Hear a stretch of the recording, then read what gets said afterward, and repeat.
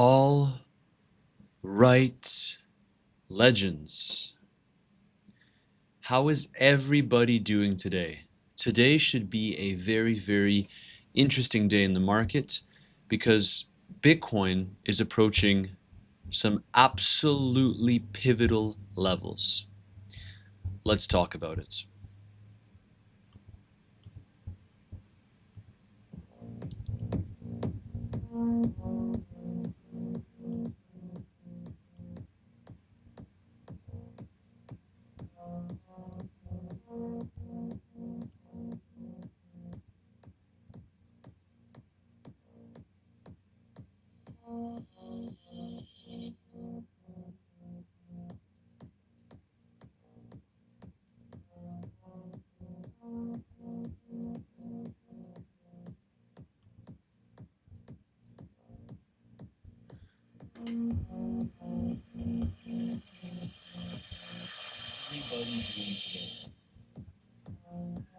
Good morning, everyone. Stock market opens in 8 minutes. Let's start at liquidity levels. Bitcoin earnings when? Hello, my man. Like the stream on your way in? Exactly. Have a good feeling today, so do I. Hit the likes as you grab a chair. Yo! Hey man, Shavam rocking. I don't like weekends without live streams. Oof! Well, weekends are to enjoy ourselves. And if you are a swing trader, there was nothing to do this weekend. Maybe you got a cheeky little short entry at $65,400, but aside from that, guys, don't break yourself trying to trade this price action. That's all I will say. I think that we're approaching a very pivotal period in the market. And actually, let's pop this chat out of here. Pop out.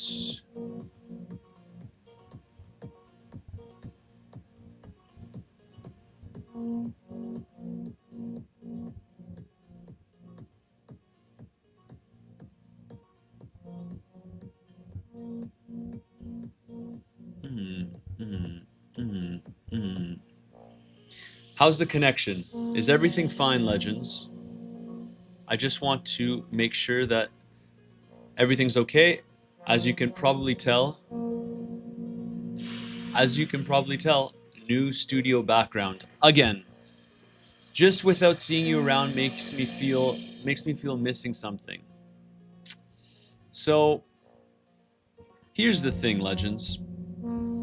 A lot of the times, I think this might be a crypto native thing, but a lot of the times people feel like if there's no update, that something is being missed. But the reality is, literally nothing has changed. Connection is perfect. All right, perfect. Love to see it. I should have very good connection in the studio for the next 10 days or so.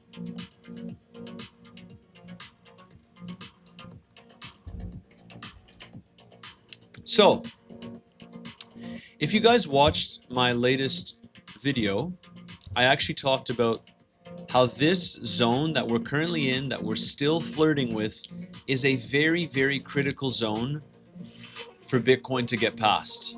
Because this zone has tons of liquidity above, but it's also the value area high of this range.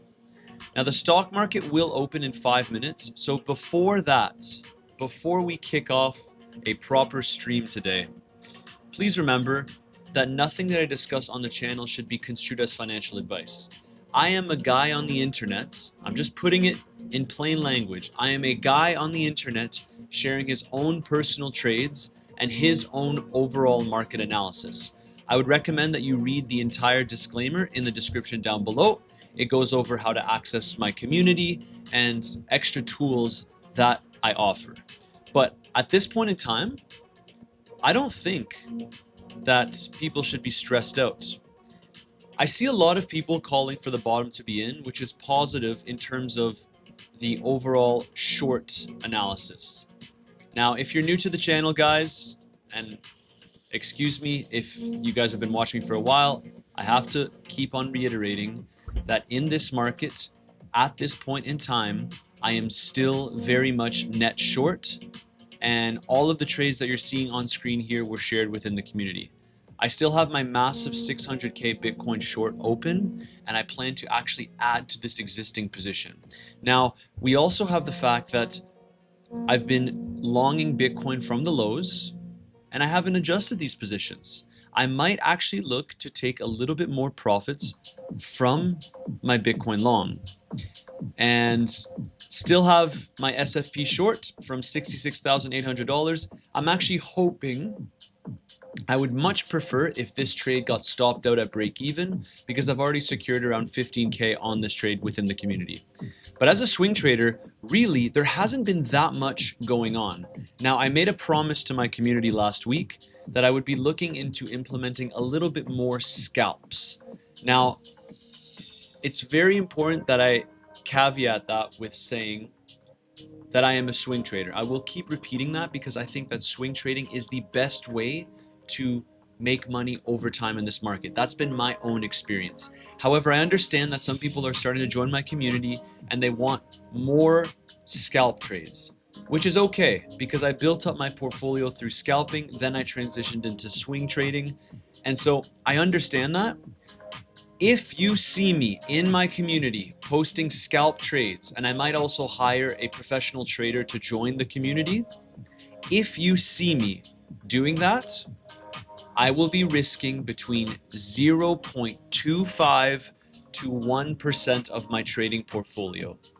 Swing trades are typically above that. My big swing trades between 3 and 5% of the trading portfolio. Just to tell everyone that I'm looking into doing that. Bitcoin is basically getting compressed still between the anchored VWAP, the uptrending anchored VWAP from the official bear market lows so far, and the downtrending anchored VWAP, which we initially rejected from, taken from around $82,800. The stock market opens in 2 minutes from now, so let's see what kind of reaction we get for Bitcoin. We have a lot of people interested in shorts here. I will say that.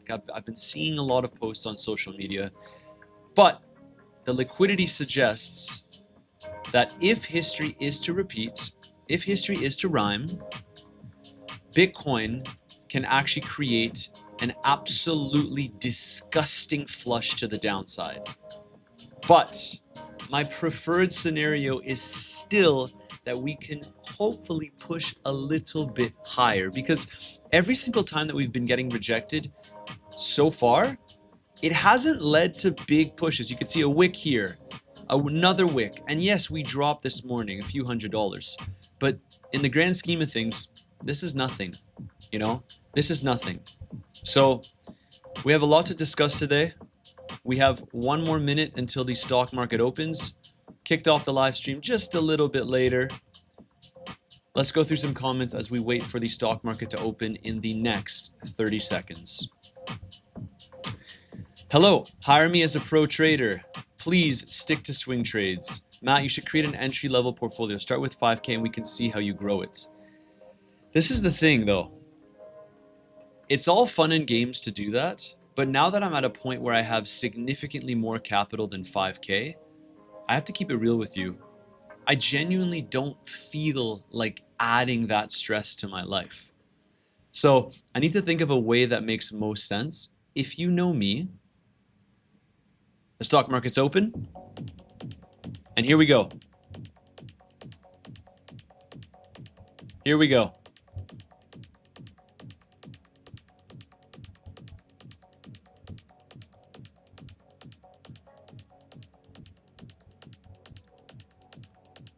Let's see if we get some volatility here.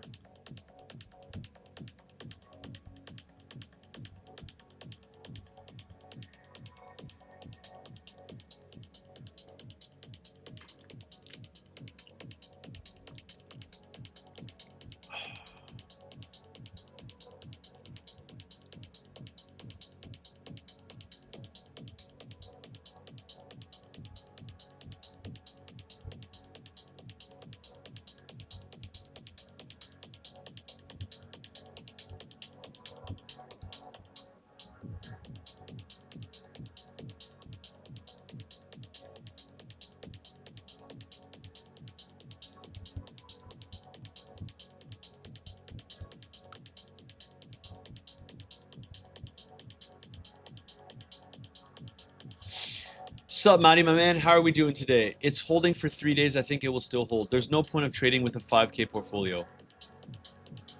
Yeah, guys. This is the thing. Once you get to a certain spot where you're comfortable with your trading capital, there's no sense in going back. I see a lot of creators trying to do these 1 to 10K challenges, and while that would be fun, I think I would be more inclined to do like 100K to a mil. Even though it's the same principles, I would be pretty interested in trying that because it'd be more worth it, you know? But let's see.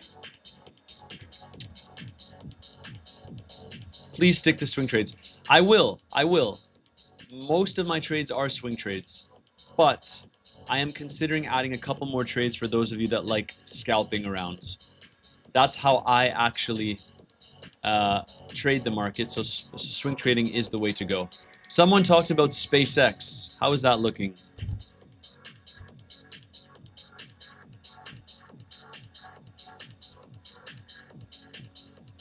I kind of, like, genuinely, guys, SpaceX would be an interesting one to trade. But let's see. Not that much excitement going into the stock market open. My base case is still that Bitcoin has not established its bear market low. I think that for people that have been waiting to buy from a spot portfolio perspective, although in the community I talked about how sub 60K was attractive, I think there will be another opportunity sub 60K. I really do.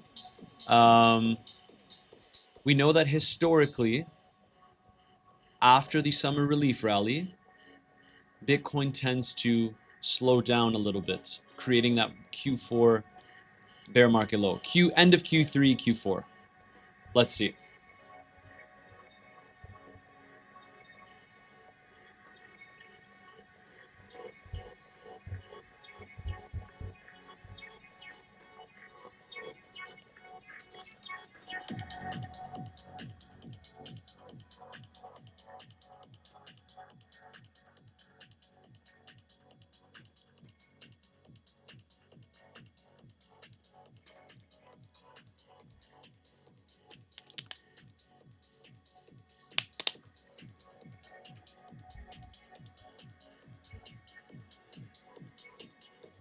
I actually kind of like SpaceX as well. I might look to trade that in the community. Legends, if you want to join the community, I have to remind you, it's a community where basically I share all of my own personal trades. And the reason why I think it's a useful community is because you can see how I actually operate as a swing trader. You're not paying a monthly subscription to join the community.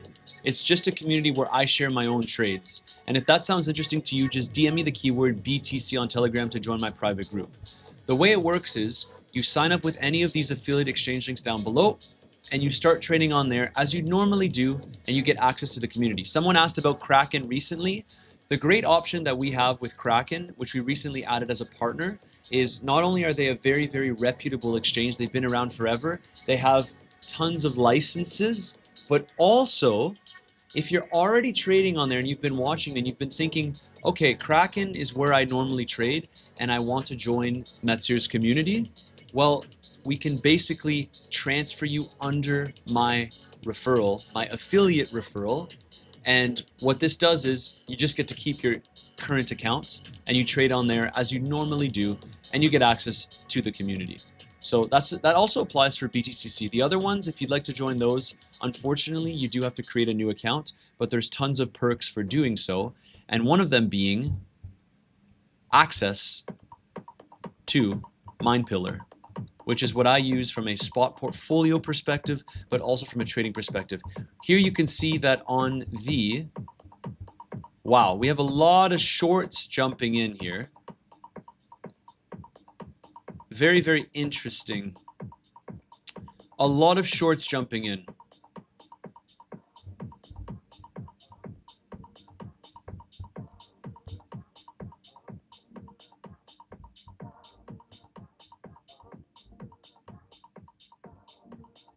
That was a big wick to the downside. We just swept the level that I highlighted, so now we see if we get a reaction here.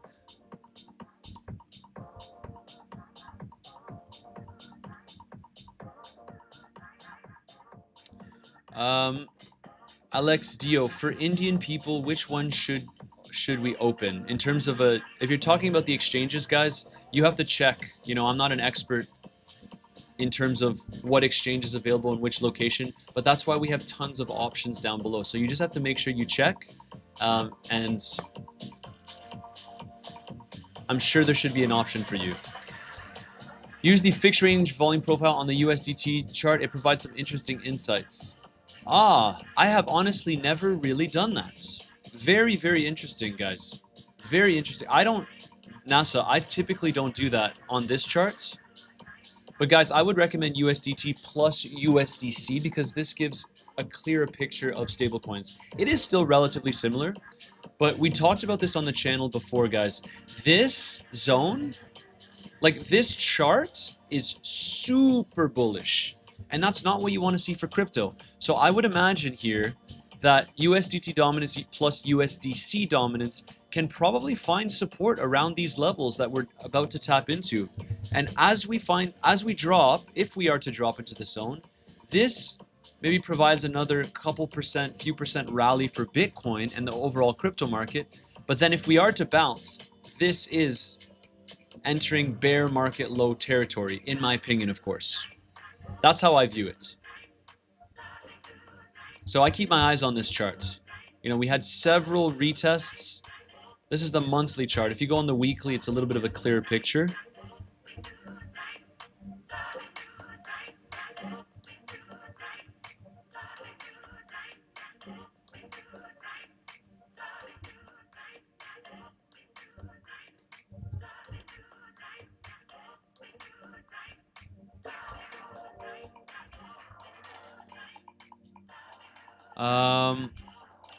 Let's see some comments, guys. Let's see some comments.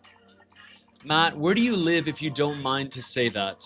I do mind to say that, because there's a lot of weird people in crypto, and I don't want to become a target. So, I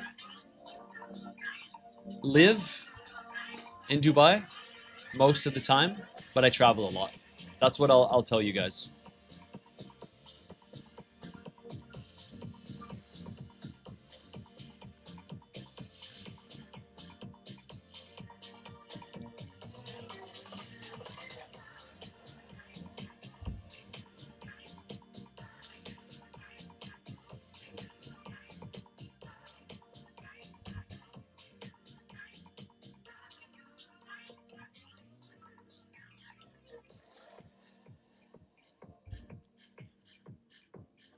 Purchase media. Yo, dump it. I thought Matt just lived in my phone. Is your schedule back to normal again this week? Yes, it is. Yes, it is, guys. Yes, it is. Now, there will be a period around end of August, and I'll let you know in the community, where I might have another little, I have a couple weddings to go to and things like that. But as always, I will let you know if anything changes.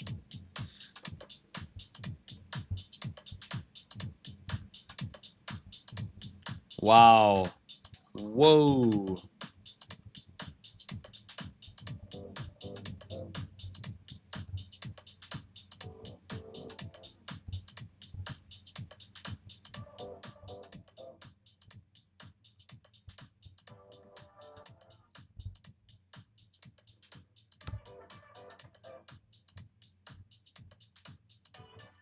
Dun-dun.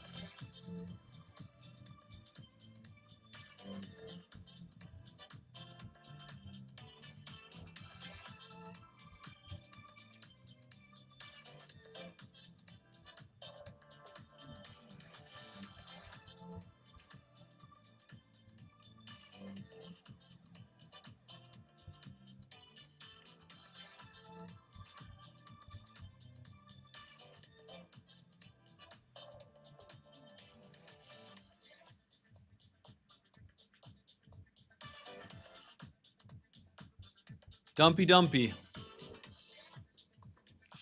Dumpy, dumpy.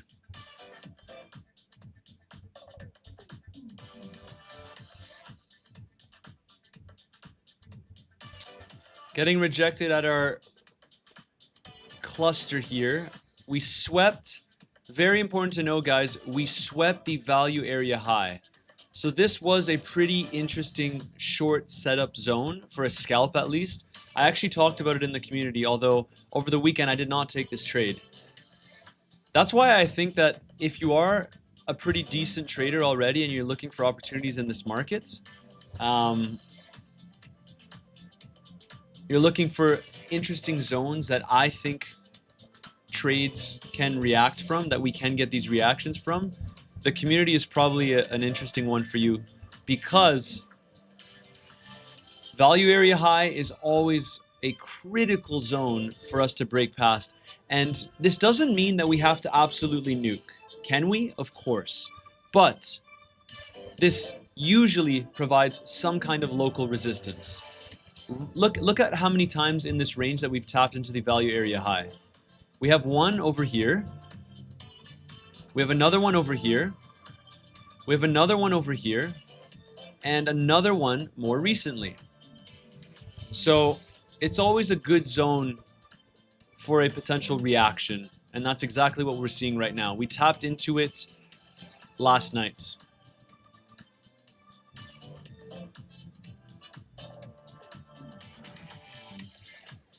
This is what you said, ugly to the upside and straight to the downside.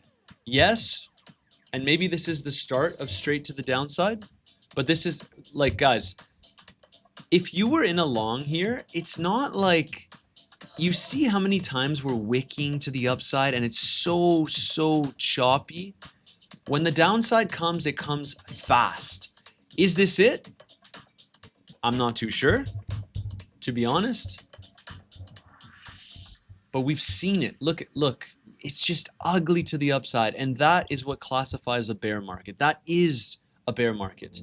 Ugly, ugly upside. And then when the downside comes, in half the time that it took us to get up here, we just drop.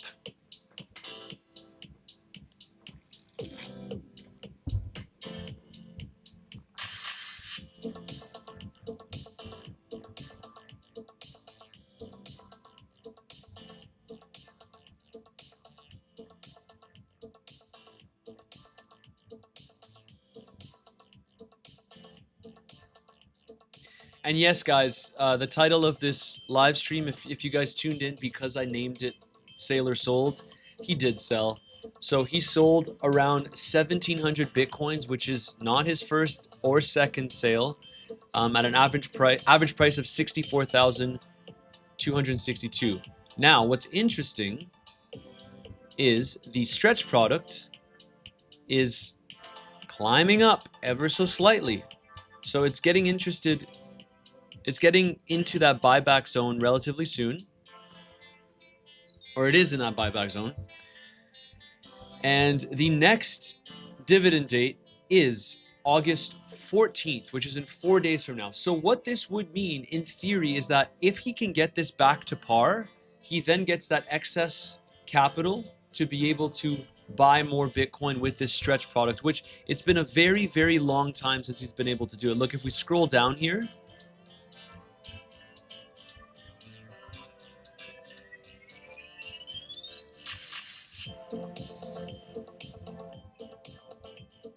so his delta has been negative since July, but remember, he was buying thousands of Bitcoin as well. So if he can get back up to par, might have some more buying pressure from Saylor. Might have some more buying pressure from Saylor. Wait, Matt, I need my entry, so please buy a little Bitcoin till it goes to 67. Show Pew, I don't know how rich you think I am, but I don't think that I could single-handedly push the price of Bitcoin up to $67,000. I'm not a billionaire, guys. Would you consider any shorts on Zcash lately? Yes, I would consider that. Very interesting. 67.5K seems like a stretch now. Maybe come down to 62.5 for a sweep and then final bounce. So if you guys tuned into my latest video update, which was published on Friday, I talked about how this zone would be a very interesting rejection zone from Bitcoin, mainly because of the value area high and all of the liquidity that we have piling in here. Tons of liquidity. This was also addressed within my community. However, 60K, like right here, is a very, very high confluence zone between 60 to 61K. And the reason why that's a high confluence zone as a swing trader is because if you take the fib from the low to the local high here, it's also the golden pocket. So like, if I'm gonna take my next long setup would probably come from here. Even if I think Bitcoin goes lower, just like the value area high provides resistance in a range, which we've seen time and time again, and we're seeing another classic example of it. Last night we wick into the level and then we drop further. The value area low plus the golden pocket will naturally provide some kind of bounce. It would be absolutely shocking to me if on its descent, Bitcoin doesn't get at least a little bit of a bounce from this zone. So that's already like a trade setup in my mind. We have liquidity there, we have the golden pocket, we have the value area low. It's a high confluence zone. Even if this doesn't send us much higher, this should provide at least a bounce on Bitcoin, at least a bounce locally right here. So from a swing trading perspective, that's interesting for me. But for now, we're nowhere near there. And so we have to contend with the price action that we currently have. Next interesting zone, because it seems like we're just flushing through here, is this wick down to 64.5.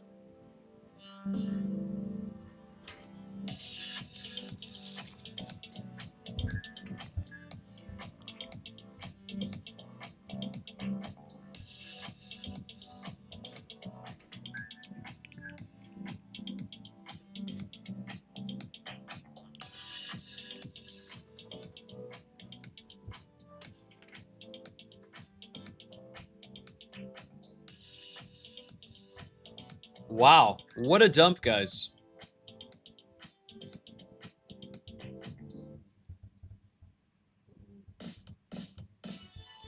I would expect a reaction from right here, guys. Right here. 64.494. It's so frustrating when it does that. Like lately, it feels like we've just been front running levels. Look at that. Look at that. I would expect a reaction from around here, guys. I would. I genuinely would. Not financial advice, as always. I'm just telling you that usually when we have these massive wicks to the downside, if we tap into it once more, we tend to get some kind of reaction.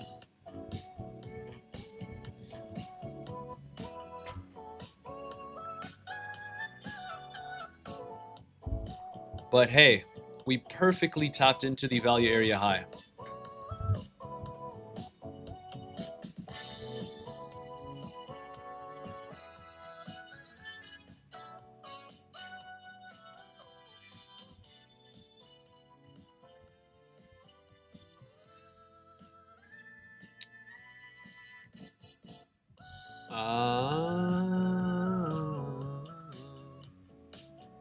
How likely do you think the low is in?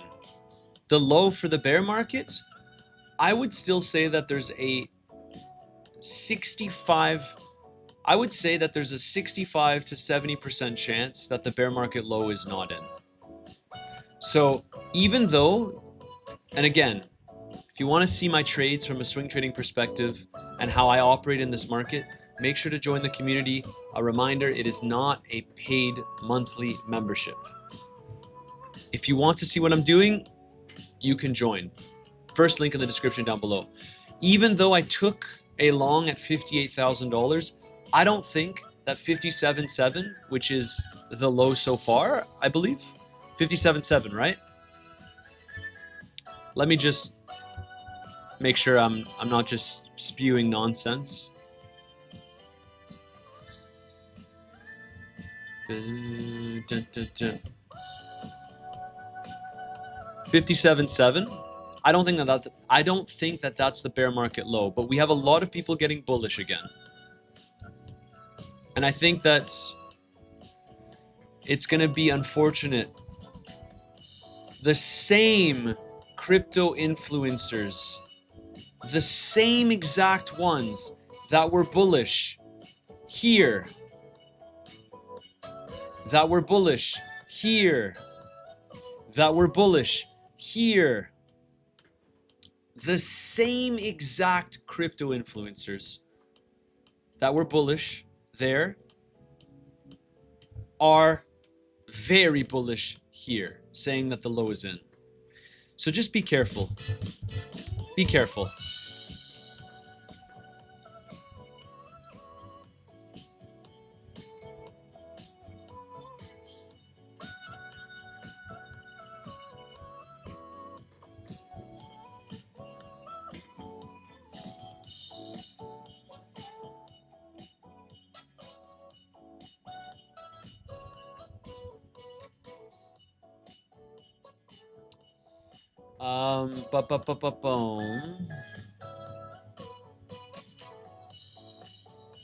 What if it breaks past it? What if it breaks past it? Well, if it breaks past it, then all of us, all of the shorters will be, I guess, happy, right? You guys know, if you're new to the channel, guys, we've been shorting Bitcoin the entire bear market. It was like the most brain dead thing we could have done. While everyone's fighting about whether the low is in or not, shorting was the way to go over the entire bear market. Some of you joined my community when Bitcoin was, you know, at 80K. Still took a short there. Some of you were in my community when we were at the latter stages of the bull market, shorted above 100K. So we're starting to get out of that zone. The risk to reward is starting to look worse and worse to start shorting. I still think that we head lower, and I'm still looking for a new short for lower. However, the risk to reward eventually will no longer be there. You don't want to be shorting at the latter stages of the bear markets. We just swept the level, by the way. So this is the level that I just said I think we can get a reaction from. Let's take a look at the CVD. We've tapped, look, you can see here that we've tapped into a high liquidity cluster. We have a lot of short interest just above on the 15-minute chart.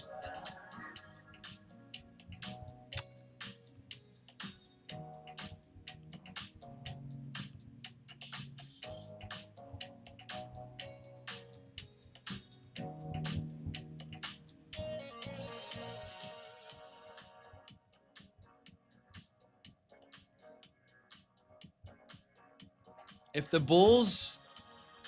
the bulls want to see Bitcoin go higher here, you want to hold this level. This is the zone that you'd like to hold.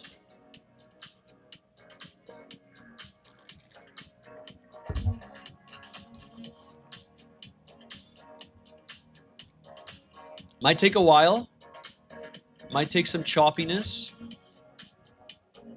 But I would be surprised if we just flush down from here. And if we do flush down from here, I mean, hey, I am more than happy. Because I'm in my big shorts.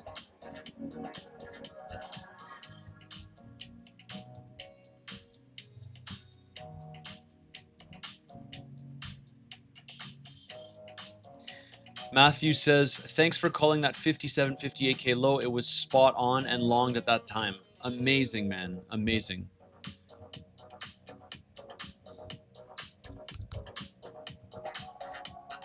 Woof. Oil is pumping.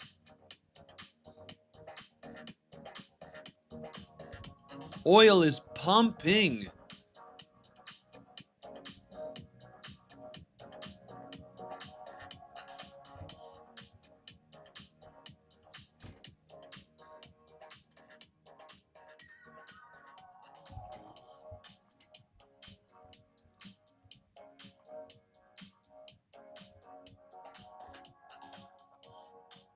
Your short at 66.6K is good to go too. Yeah, the only thing with this short is it's a little bit smaller than my my other positions in the market. This one I'm not that pleased with because I shaved profits a little bit early. So I made, right now, total between realized and unrealized, this is over $20,000 in profit. But I wish I would have held on to the position a little bit more. But I'm telling you guys, this is the zone you want to see us hold. Right here.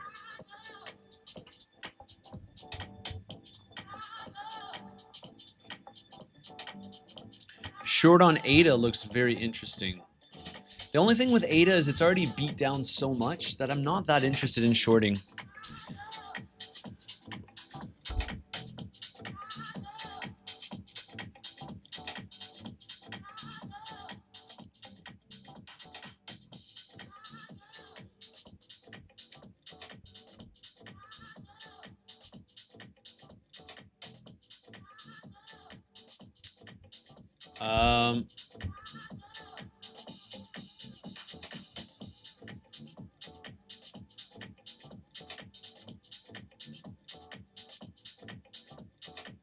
The inflation data later this week is going to cause mayhem. It's entirely possible. Legends, I see some comments here saying, you know, Matt SN2K. This is an educational thing. Legends, never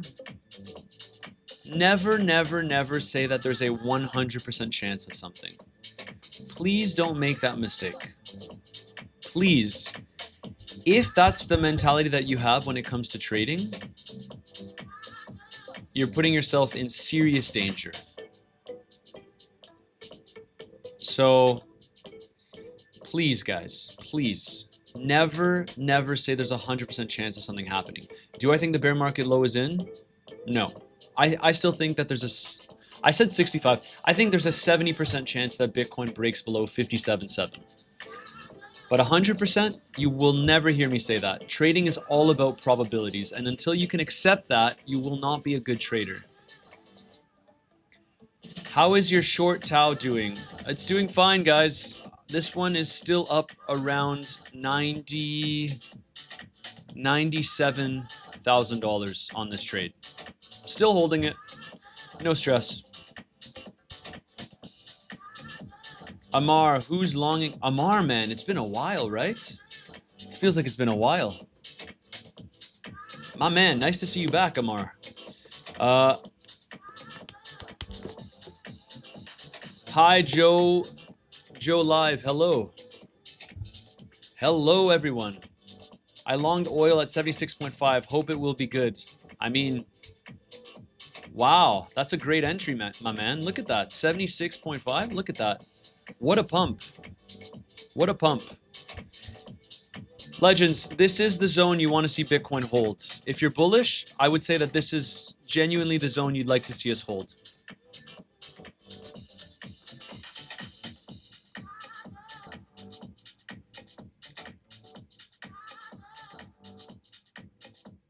But Amar, I'm nice to see you back, because if you haven't been tuning into crypto, realistically, you haven't missed anything. If you're not a trader of the market, if you're more of an investor, really, you've been missing nothing.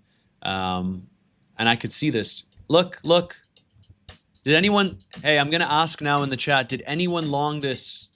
Did anyone long this? As a scalp, did anyone long this? Let me know in the chat down below. This is one of those things where if you're a scalper, and I used to be a scalper, this is a long stop at break even already. Your position is protected. Did anyone long this? And more importantly, did me pointing this out on the chart, was it helpful at all? I know I didn't take the trade here, but this is a zone where we were always going to get some kind of reaction.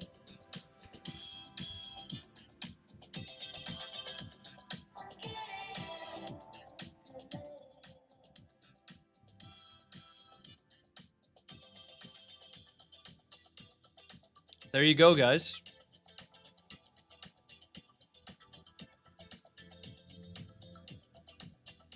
To be clear though, to be abundantly clear, my friends, I am net bearish. I am net short in this market. But when there's zones that we get reactions from, there's zones that we get reactions from. Let's see. Fettuccini says, yes, attempting it, but stops are tight. That's how you want to do it. When we are in a structural bear market, it's best to keep your stops tight when you're longing specifically. So right now, this is already a 100, almost $200 move. Stops should basically be at break even. This way, you're not risking anything. You pay yourself the trading fees, position protected.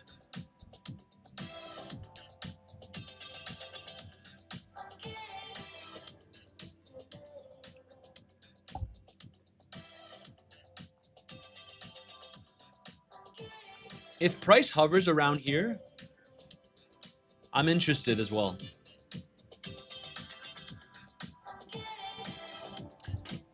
Thank you very much, Roblox. Robo Lobos. I don't know why I said Roblox. Guys, remember, Matt is just giving analysis, not financial advice. Use proper risk management. Again, to reiterate, remember, I'm literally just a guy on the internet, sharing with you how I operate in this market, levels that we can bounce from, levels that I take swing long, swing shorts, and that's all I do. But I am not a financial advisor, and I would recommend that you read the full disclaimer in the description down below. And while you're at it, you can join my community. It's a community where I share all of my own personal trades in this market. Just DM me the keyword BTC on Telegram if you'd like to join. Stock market looks like it wants to go up a little bit more. This can indeed support Bitcoin, but I mean, it's pretty pathetic how the stock market makes an all-time high. And again, Bitcoin is seen underperforming.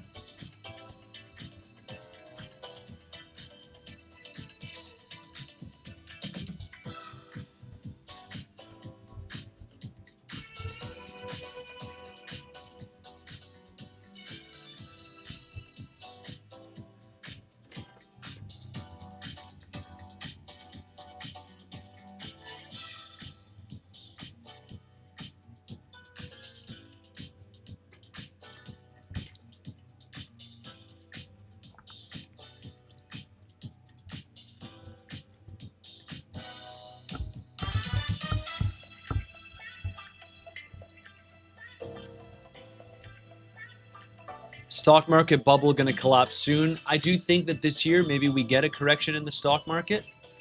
UTOP 24. I bought a bag of chips a week ago, opened it on today's live stream because things could get salty. Very nice. What kind of chips are they? It was helpful.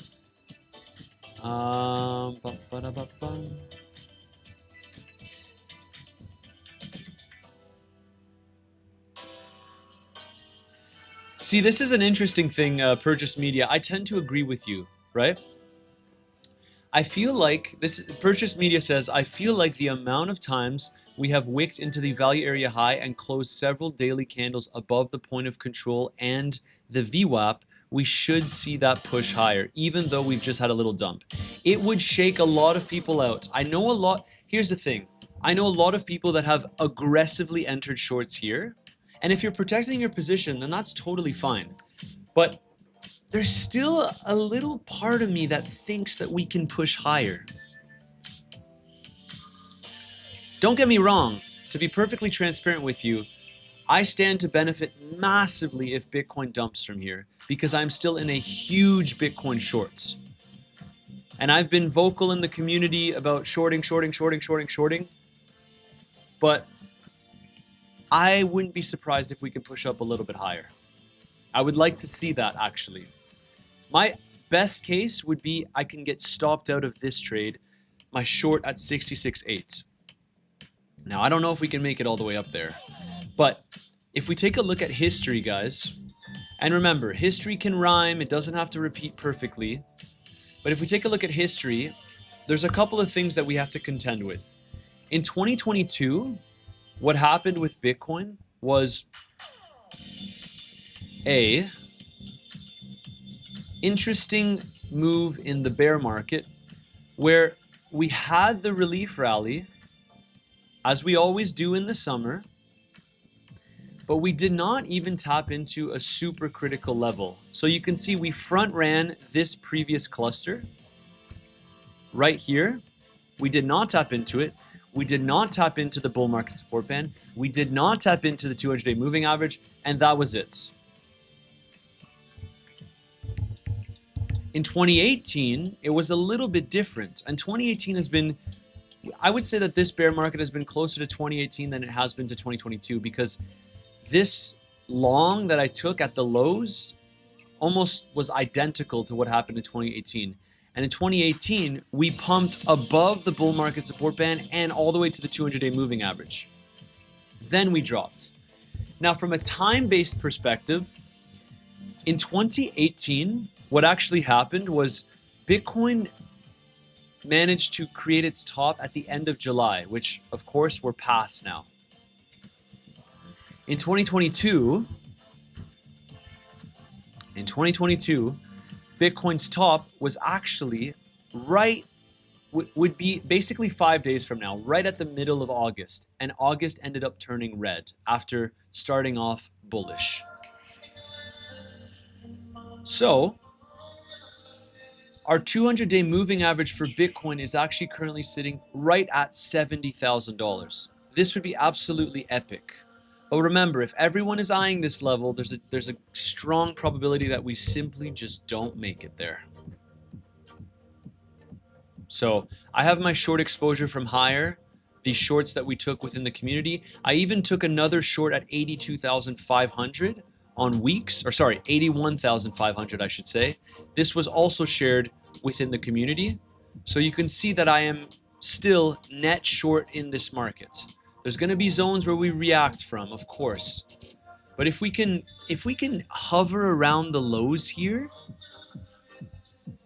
could be interesting. 4-hour candle closes in 2 hours from now, guys. So, you know, let's see. Let's see.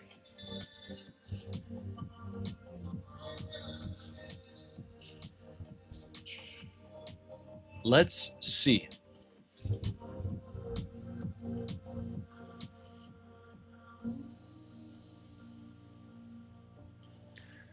Let's go through some comments.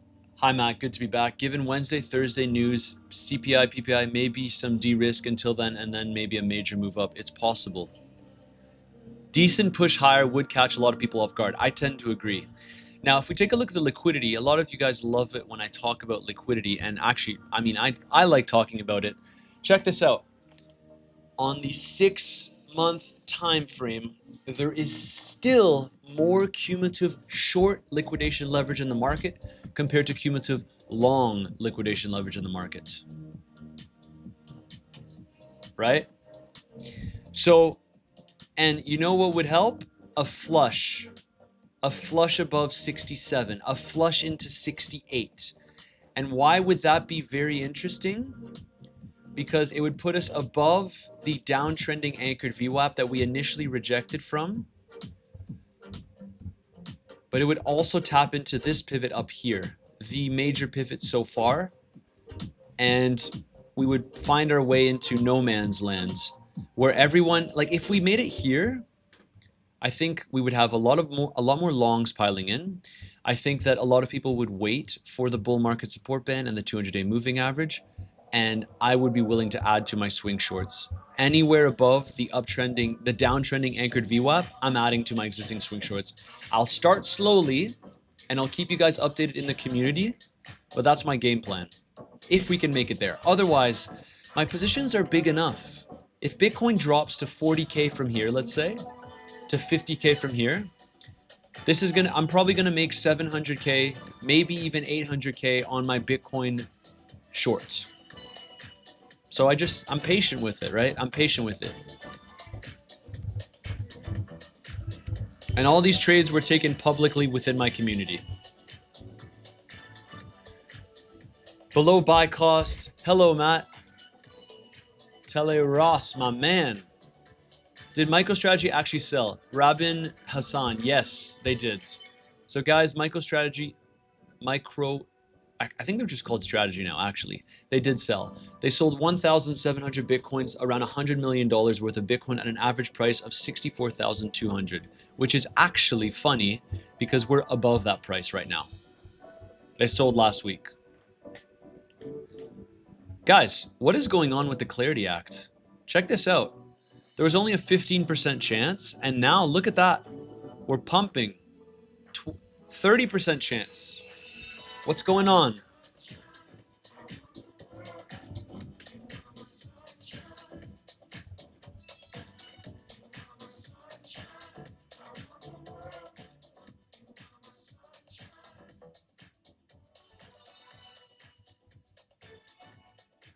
What is going on?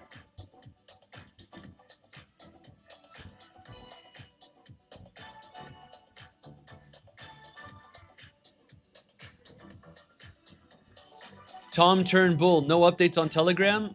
No, man. I mean, I know some members that reached out to me saying that they took a scalp short. I shared my analysis, guys. It's up to you to make your own decisions in this market.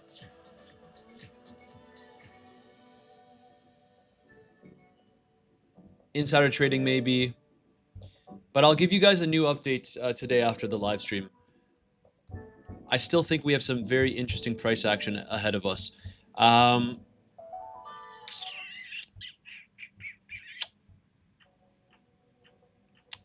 market always does the thing that causes the maximum amount of pain to everyone.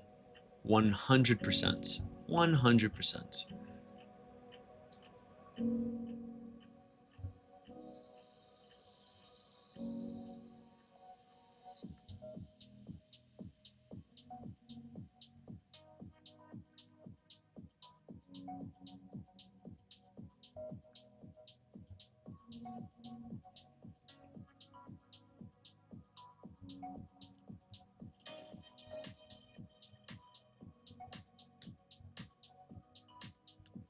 Bitcoin is, it's trying to hold where it needs to hold.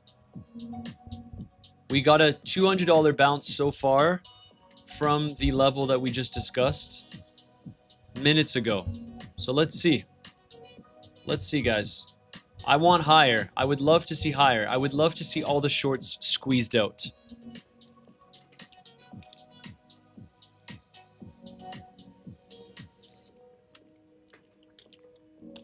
Legends. Sometimes you guys will jump on the stream and say, hey, what happened to this position? What is this? What is that? If you want real-time updates on my positions, you know where to find me. I do not take trades, and this is my commitment to you. I genuinely do not take trades in the market unless I let you know in the community. All the trades that you see are shared in the community. If I don't send a message in my Telegram community, it's because nothing has changed as far as my trades go. It's a little bit of a diary where I can share my trades, where you can see how I'm operating in this market. If you'd like to join, DM me the keyword BTC on Telegram to join my private group where I share all of my own personal trades and my overall market analysis. As always, it's not financial advice, it's just how I am operating in the market.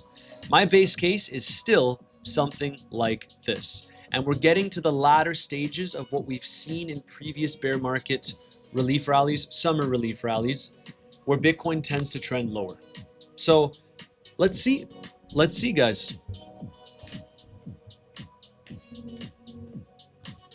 I see a lot of people that are claiming that the bear market low is in, and I simply don't believe that to be the case yet.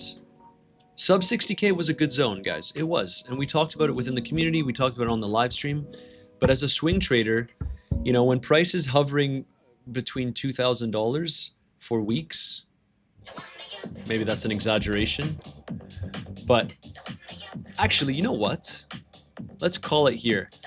We've been between the point of control and the value area high since...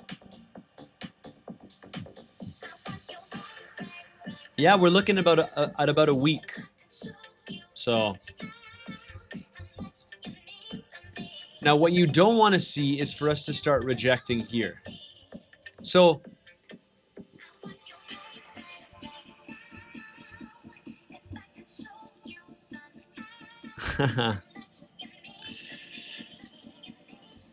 Legends, just to share this with you, if you are a scalper, because as you guys know, I did used to scalp a lot. If you are a scalper, if I was in this long trade from here, which we just talked about minutes ago, the first TP zone is literally here. Because see how you have a significant pivot? And sometimes the easiest way to do this is you just take the wicks. We tend to get reactions from the wicks. You try to get a bit of confluence with the liquidity. And if you look at the order flow, you know, this was a very interesting sign. When everyone piles into shorts here, and you can get access to this with MindPillar, this view does require that you have the MindPillar Trader account. And there's two ways you can do that. There will be an option that you can pay for it. But if you are active in my existing community, if you're in my community, basically, you can get access to this. You could see short, look at the orders, 17 million, 19 million, 23 million, 44 million, 17 million. You can see the shorts jumping in. So we tend to get a reaction because the market doesn't make it super easy for people that pile into shorts at potential lows. But as a scalper, if you are a scalper, and I'm going to try to give insights on both sides here. This is the first TP zone. Right here. Right here is the first TP zone because it's the recent pivot. If the reason why this is a TP zone is because if we tend to start creating wicks here, it's highly likely that we end up rolling over. If we can reclaim this, then great. But this is the first TP zone, 64.7, so a $200 move. You guys ask for scalping? Well, that's scalping. This is the first TP zone. It doesn't mean you fully TP. It means you shave a little bit.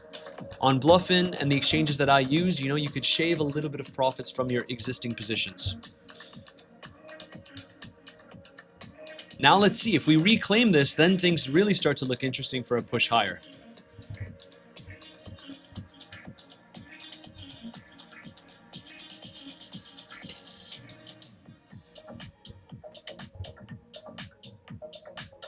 I'm not going to trade until inflation comes out, says 28 Worlds. Totally valid, guys. Totally valid. Agree, QC. Long here is too risky. From a scalping perspective, this was a very good zone. I'm surprised that we actually got this right at the beginning of the stream, which is awesome. But this is a very good zone from a scalping perspective. This is the first TP at 64.7. And if you're comfy, now you're comfy. You've paid yourself and now you're chilling. Coming in late. Hello, everybody. Rick Ty, my man. Good day, boss. Lymph Pro. Deep down, Matt is very shy and humble. That's why he only posts in our group once a week. That's cap. I post in the group way more than once a week. But what I will say, guys, is if there's no adjustments from my swing trades, there's no adjustments. Very, very good zone for a bounce. We're getting the bounce, legends. And Jay Beers, as you said, this is, you're seeing it play out right in front of your eyes.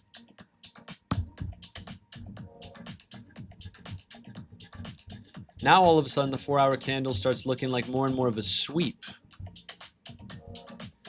I want to see a bigger push. I would love to see that. Banger track right now. Robo Lobos. Appreciate it, man. I appreciate it.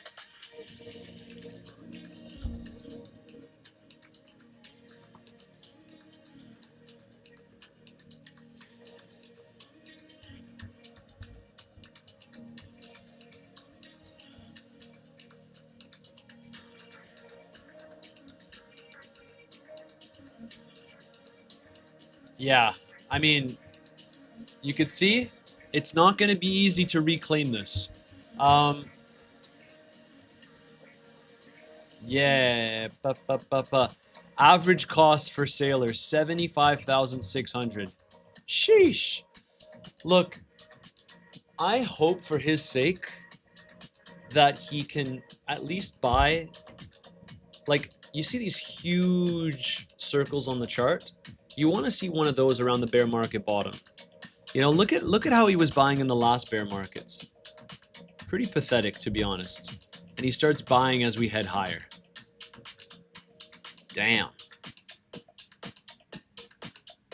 He bought 52,000 Bitcoins when Bitcoin was at 88K.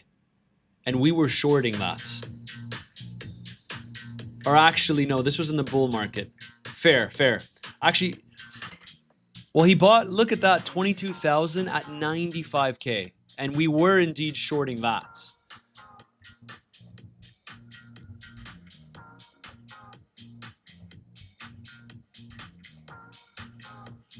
Pathetic. Howdy, y'all. Let's make some money.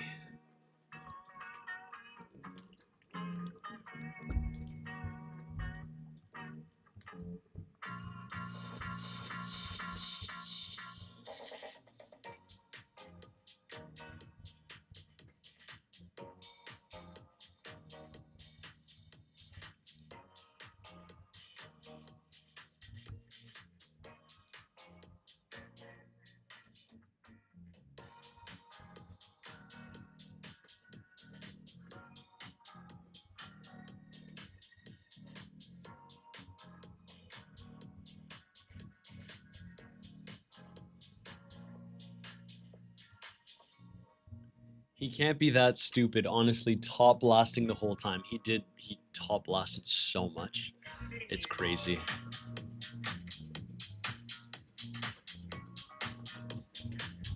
It's pretty insane.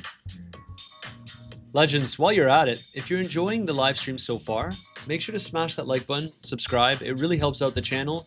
We just hit 20,000 subscribers. I feel like it's probably going to take until the bull market to hit 50K, but we do our best, guys. Just absolutely destroy that like button if you enjoy the content.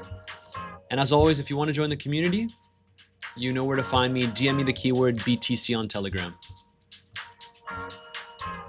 Struggling a little bit here, but let's see. Do you agree with the phrase confluence is king? Jessica, hope you're doing well as well. MicroStrategy is handcuffed. Can only buy when NAV is up, and that depends most on retail investor buying, which isn't smart money. MicroStrategy can't dilute due to lower MNAV during bear markets. Valid. Valid.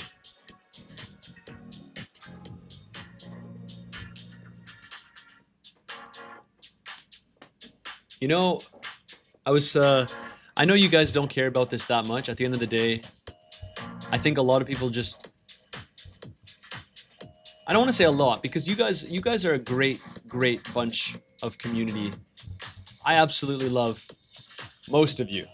There's some of you that will shit on me for the filming background.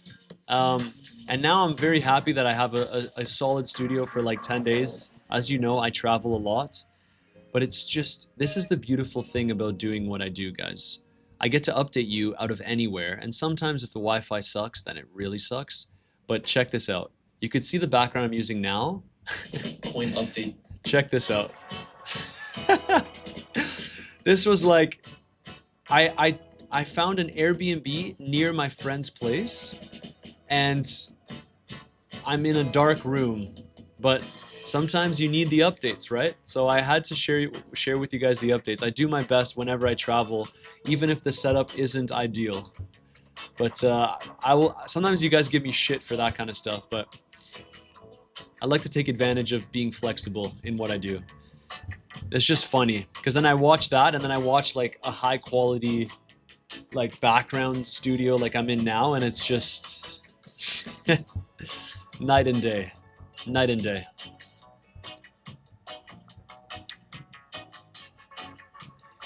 When do you plan to start scalp trading? Like now. Basically now. So If you guys are not, if you don't just want swing trades, my swing trades, I'm gonna start playing around with scalp trades. I messaged in my community a couple days ago saying that I'm looking for professional scalpers. I'm only hiring the best of the best, and I might actually add a scalper in my community. Hey Matt, love your lives. Can you show how to access order flow on MindPillar again, please? Yes, sure. So first and foremost, there's going to be multiple options. You can either, on the MindPillar website, soon we're going to be releasing a paid option because some of you don't want to trade with my affiliate exchange links, and that's totally fine. I think it's personally silly because the way that these exchanges work, and I've been very transparent about it, is to join the community, you trade with your own capital on these exchanges. You're not paying me a monthly membership. You're not, there's some communities out there that charge $300 a month for them to share with you the trades that they're taking in the markets. And I do that simply if you're trading on these exchanges down below with my affiliate link. Now, I've been also transparent in saying that with these affiliate links, whenever you enter a trade, you pay some small fees to enter a trade on any given platform. That's how it works. Instead of the exchanges reaping all of the fees, because you use my affiliate link, and this is how exchanges incentivize creators like myself to promote their exchanges, they share a portion of those fees with the affiliates. So that's how it works. That's how affiliate marketing works in crypto.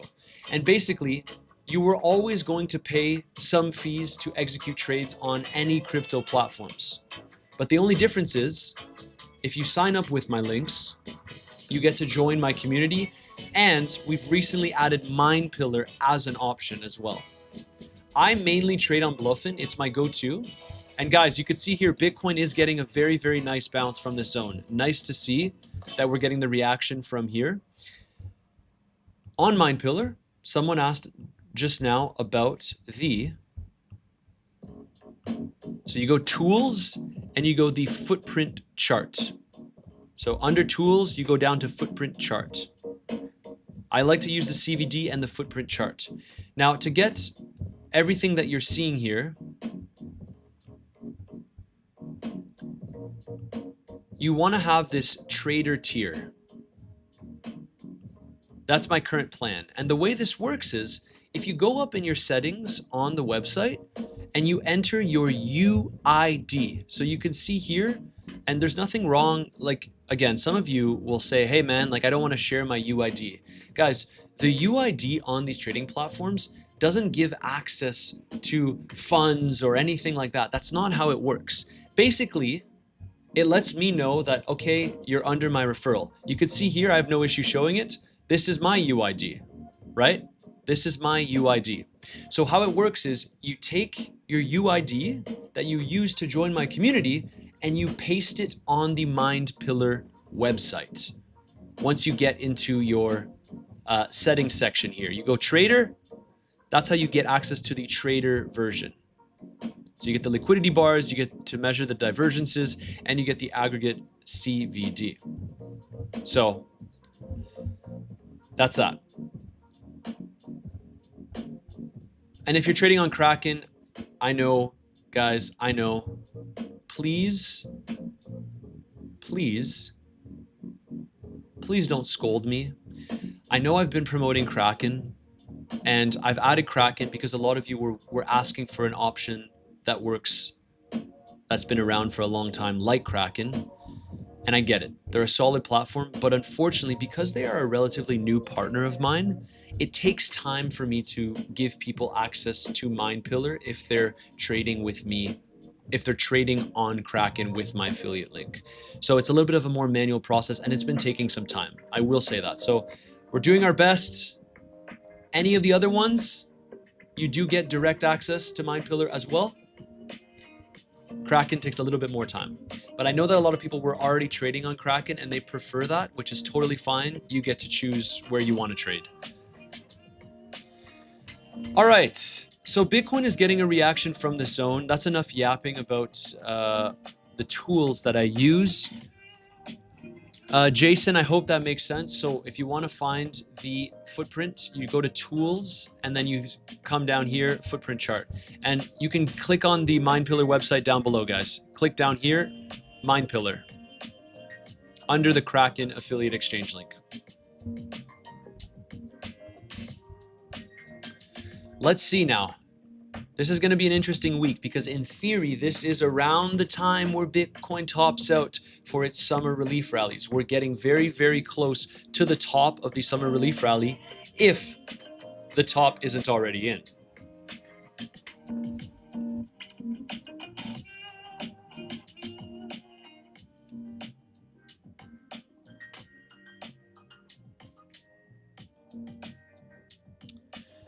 Alejandro's asking about the CVD tool. Sure. And by the way, guys, any tutorials that I film, because I'm going to go through a phase now as we approach the bear market bottom, where I'm going to really start spending some time filming some long overdue tutorials. I will share those tutorials probably a few weeks in advance with my community members, and then I will have them uploaded on the YouTube channel. That's the thought process. So, Alejandro, right now we're on the 4-hour charts, and let's do more local. I think local is easier. So you can see that 78% has resolved. The CVD has played out. So basically, what you're looking for here is, first and foremost, we'll start with this. This is how the CVD works. So if price makes a higher low, the target, assuming that the CVD is making a lower low, becomes the recent local high for Bitcoin, in this case, to break past. Now, the reason why this is interesting, and it also touches on the footprint chart, is you can see here, based on this footprint chart, that a lot of guys were jumping into shorts right when Bitcoin was breaking this zone. It's funny because it's typical potential local bottom shorters. So what people will do is they see that Bitcoin breaks a significant pivot like this, and rather than potentially playing a scalp long, on the drop below, they start piling in. They start piling into shorts. And then we get the reclaim, and then all of these shorts are stuck, at least locally. So what happens here is tons of people will jump into shorts, and that actually can provide a move to the upside. In this case, though, we're talking more about the bearish CVD divergence on the 5-minute time frame, which basically means that tons of people jumped into longs. So usually I like to use the Bybit chart, and honestly, I sometimes prefer using Bybit USDT, but you can see here that from this pivot, so we have a high here. So this is price. Up here is price, down here is CVD. Price up here, price up here is $65,200. And the CVD, if we just take a look at, let's just do the aggregates, okay? Let's do aggregate. The CVD is all the way up here when price is up here, which means longs jumping in. Then we absolutely nuke, and CVD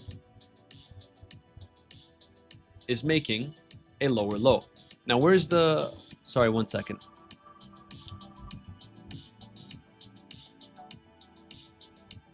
Why does it, do you use Bybit? Let's just use Bybit USD for the purpose of this example. So you can see that price is up here. We have CVD here. And now price is at a lower stage. So up here, this is where an example of CVD playing out. The CVD went up, meaning people were jumping into more longs, but price failed to make a higher high. So this is the example of bearish CVD divergence. Price made a lower high, CVD made a higher high, and therefore the target becomes the local low. So the target was right here. This is of course on the 5-minute chart, but the more you zoom out, the difference in win rates. So I like to use higher time frame. In general, it's much more helpful as a swing trader. But if you're a scalper, the CVD is one of the best things you can use, because right now, take a look at the 15-minute chart. We potentially have some more bearish CVD divergence, at least if you use the Bybit USD. Now, the best one that I have used, because a lot of people like using different ones, so we have tons of options. I like using US dollar tether, which right now does not suggest that we have bearish CVD, because while price is going lower, so is the CVD. If CVD was increasing here and price failed to make another high, that would suggest that the local low down here becomes the target. I think I need to film like a full in-depth tutorial on this. But that's the gist of it. That's the gist of it. And I will try to provide something in the community on this. Someone asks, do you cover Bitcoin only or altcoins too? I cover altcoins too. In fact, I've been shorting Tau, and I'm happy to get more into altcoins. Right now, Bitcoin is trying to hold above its recent pivots. I think we have some more chop ahead of us, to be honest. This was a good scalp longing zone, which thankfully we covered right at the beginning of the stream, and now the position should be protected. Oops.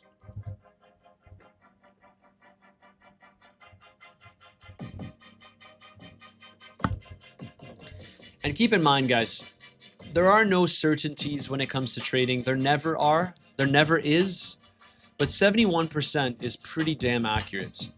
And sometimes it drops, but I rarely see this below 50%. So it's a very, very interesting tool. On the 4 hour, 76%. So right now on the 4 hour, it's suggesting potential bearish CVD divergence. But we've had some bullish one playing out here. So now we're comparing this high to this high. And the target actually becomes all the way down here. But you have to see how the CVD develops, right?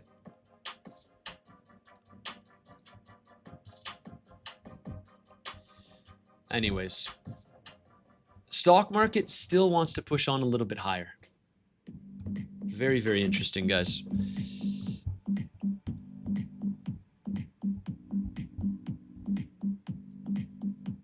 I use the footprint chart to basically add confluence to the CVD. What we're going to do as well, and I'm working with developers that are part of our team, I'm going to try to add the difference between spot buying and perpetual buying.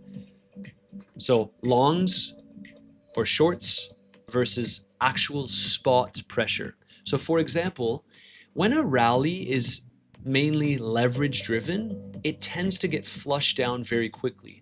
But if we see near these bear market lows that I think will likely establish within the next few months, that the rally is spot driven on the higher time frames, I want to be able to see this on the chart, and I'm working with our developers to show this. So you'll be able to compare and you'll be able to see whether the rally, assuming Bitcoin is rallying, is spot driven or perps driven.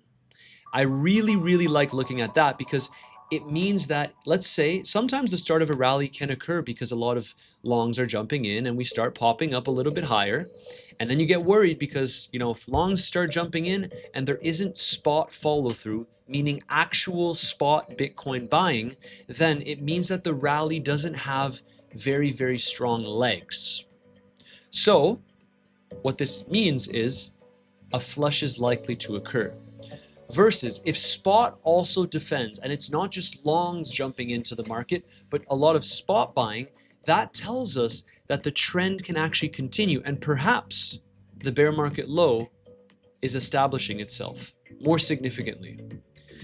this is something that I'd like to add on this chart, and we're working on it. I think it's going to be absolutely awesome because it will give you a clearer picture as to whether or not, like Bitcoin rallies $5,000, but if you see that it's like a 2% spot rally and 98% of that rally is leverage driven, well, it probably means that at some point we can expect a rejection. And that is very, very helpful from a swing trading perspective. TP Mandate says, too much value, Matt. That makes me very happy. I'm glad you guys are getting value out of what I'm sharing. Otherwise, I wouldn't be doing what I'm doing. So, Bitcoin is holding up well here. We got this. This was the long, basically, this was the stream long for now. Let's see.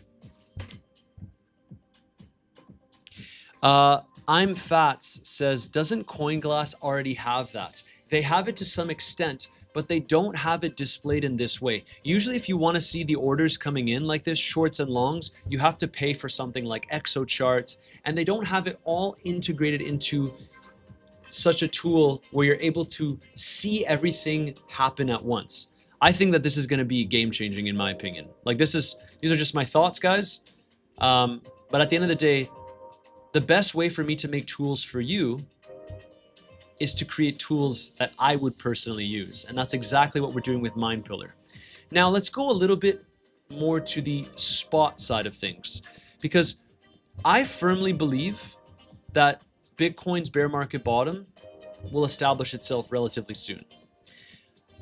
I'm hopeful that we can tap into the realized price, which is actually found currently at $52,700. I also think that the drawdown from all-time high is not sufficient enough. This we've discussed at length. We've dropped at max 54% from this cycle's all-time high to the current bear market low at $57,700, which I'll remind you guys again, I try not to pat myself on the back too much, but if you were comfy in the market, you would probably talk about this as well. 58K long, sitting on my hands. I took some significant profits and now I wait. But 57.7 is so far the bear market low. I don't think it is the bear market low. I think we drop somewhere between 60 to 70% of all-time highs. And I would absolutely love to see, to put it simply, Bitcoin sweep the 2024 summer low. See this massive wick that we got in 2024? That's actually at $49,500. That would put us below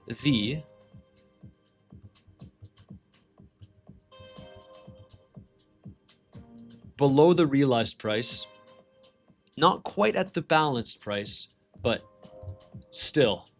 That would be very interesting to me. But first, can we get that push up? Can we get that push up to target the aggressive shorters?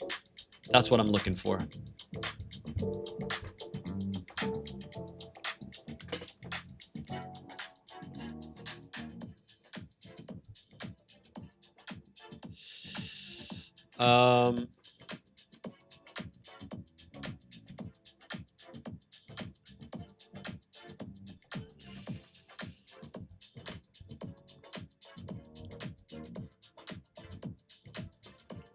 Are you hiring developers? I would love to join your community. I'm trying to build different tools. So, Niraj, it really depends on when you say trying. What we're doing at MindPillar and what the people that I work with, the people that we hire, we only really go for the best of the best. So if you do believe that you are one of the best developers and you think that you can add value to what we're building for the community, then feel free to reach out. But I'm just letting you know that we're very, very, very selective about who we work with. Very selective. And that's only so we can provide the best amount of value to you guys. Does it do all coins? And just Frankie also asked, are you adding ETH and more of the tools on MinePillar? Yeah, so eventually we want to add other cryptocurrencies, but because Bitcoin is the most traded asset and most people tend to stick to Bitcoin. In fact, I think someone said in the last live stream, my hit rate on Bitcoin over the past, on only Bitcoin trades, I've taken some losses over the past few months. I'm not going to act like I'm perfect. On only Bitcoin trades, we're like 90% win rate on Bitcoin specifically. So that's why we tend to do Bitcoin, because my biggest trades are with Bitcoin. I do take some altcoin trades, of course, but I would recommend for my spot portfolio, it makes sense to be mainly Bitcoin. And from a trading portfolio, if you're entering bigger positions in the market, I typically like to do Bitcoin. Alts can provide, you know, a stupid amount of volatility, which you can take advantage of, but it can also shake you out, and they're a little bit less reliable to trade.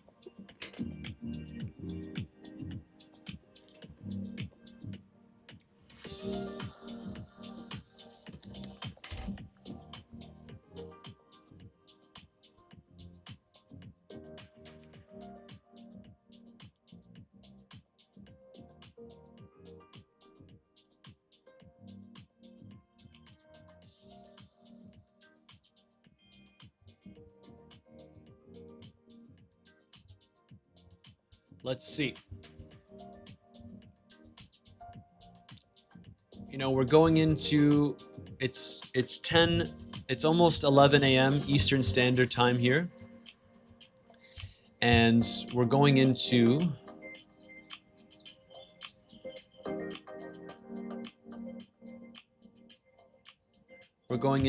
that 4-hour close in an hour and 10 minutes from now. So let's see. This is, guys, this was always going to be a very tricky zone to get past. And I've already gotten some messages from my community members because I mentioned that this is a very, very good zone to consider a short. A lot of community members have entered already. That position should be protected. But I would personally like to see Bitcoin push higher. Just my thoughts. We had a $300 move on the scalp. The stock market looks like it wants to make a brand new all-time high. Now let's see. Let's see, legends. Let's see. Let's see.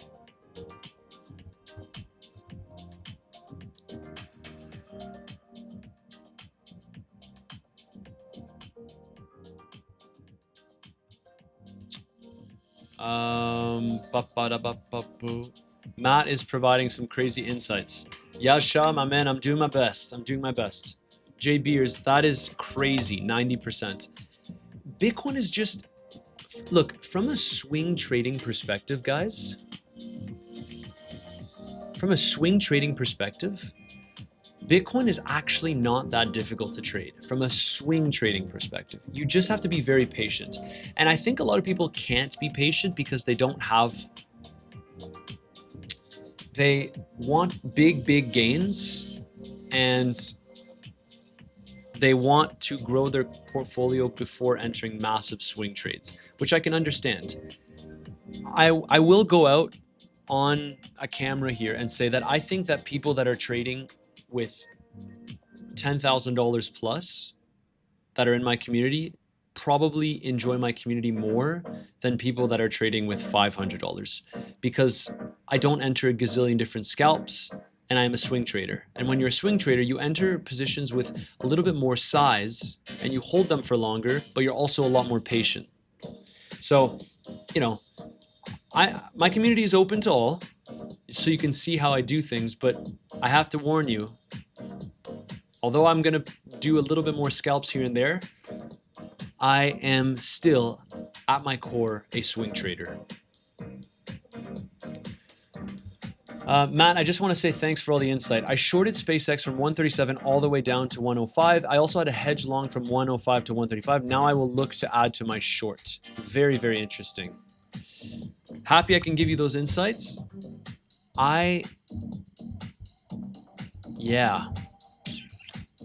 Yeah, I kind of like SpaceX as well for a potential trade here.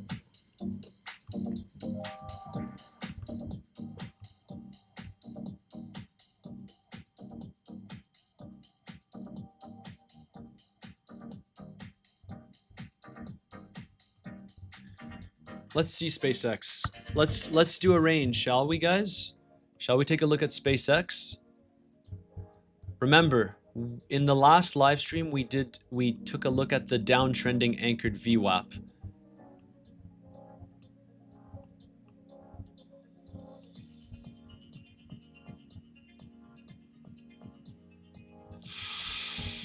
Let's see. What can we do here for SpaceX? What can we do?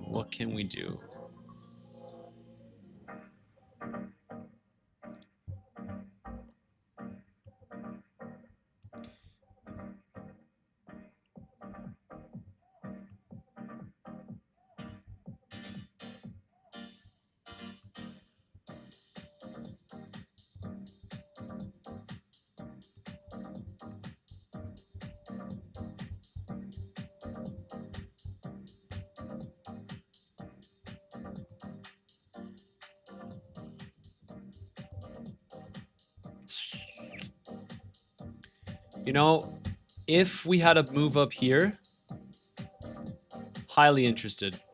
Highly interested. Let's go mid-July to where we are today. You know, getting that reaction from the value area high, holding the value area low. Look at that, guys. Look at that. This is the thing. I just drew this now. You saw me do it live. The fact that we look at this, legends. This is what I'm saying. This volume profile, if you don't already have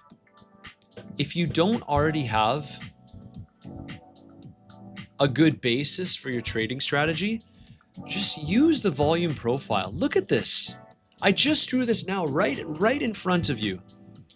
Value area low, tap, bounce. Value area low, looks like we're dropping above, fake out, bounce. Value area low, tap, bounce. And then look at this bounce. All the way above the value area high.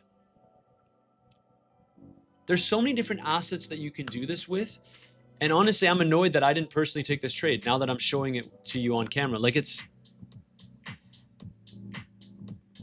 gorgeous. One of you guys mentioned it, right?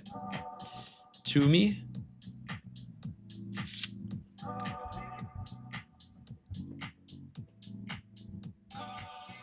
Let's take another pivot. Maybe there's a bunch of anchored VWAPs here, but let's take like this pivot here. But it's so impressive how this works, guys. It's insane. It's absolutely insane. This is why, you know, trading literally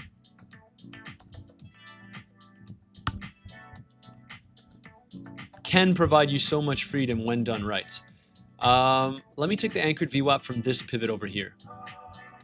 Super interesting. We had that top over here, which was a good short trigger, but nothing really. How about this local high up here?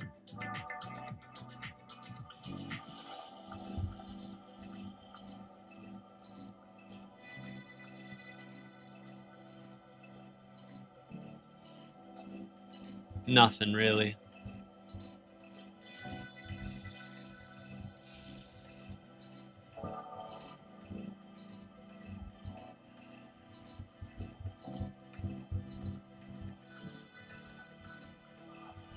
All right, Bitcoin's back to dumping a bit.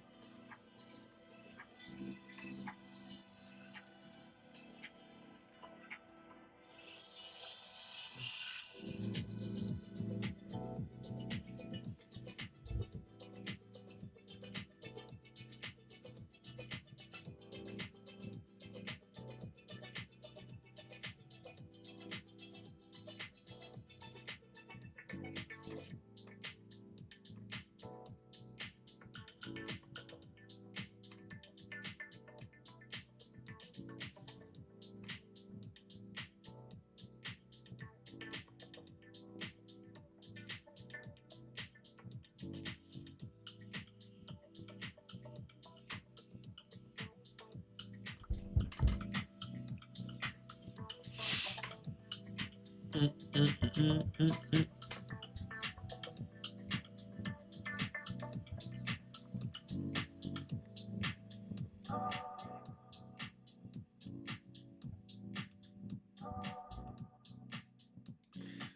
Alejandro, thanks for deleting useless Kumar's messages. Guys, if you spam, there's one thing that I can... If you spam, I can assure you that I will not address your questions. Did you add to your short? No, but I have a lot of short exposure. 81.5K, 66.8K, 79K. I have a lot of short exposure, guys. I only want to add to my short if Bitcoin pushes into this zone. Otherwise, we discussed it in the community, this was a good shorting zone.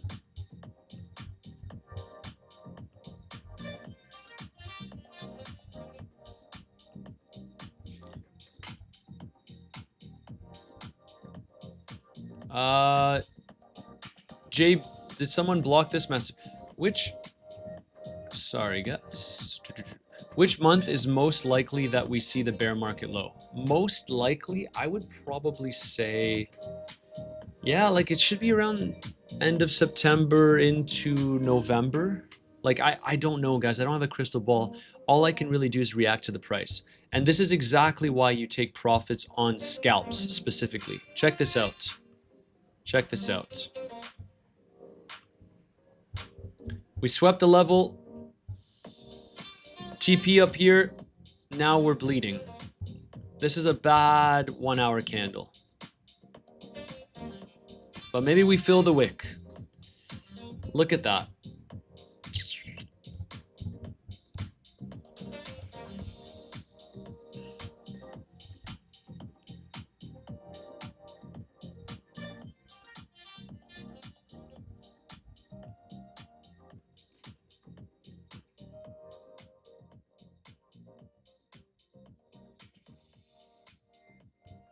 I don't like saying this, but I'm disappointed in hype.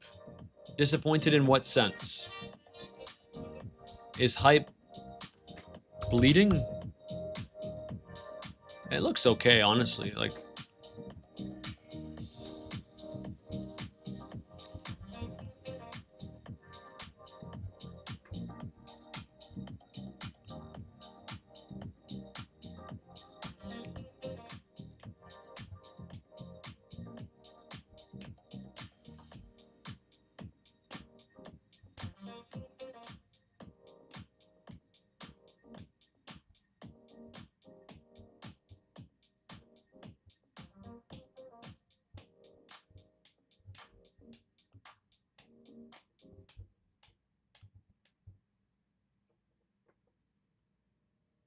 it's a lovely one if you're short.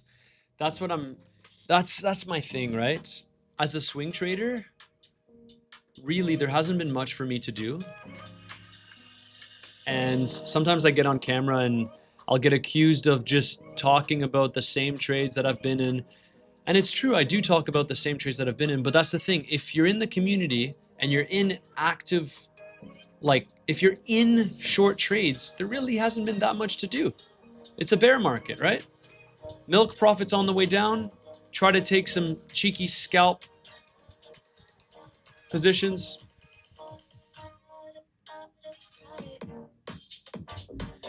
I'd like to get some more data on SpaceX. Coinbase Premium Index, a bit of selling here.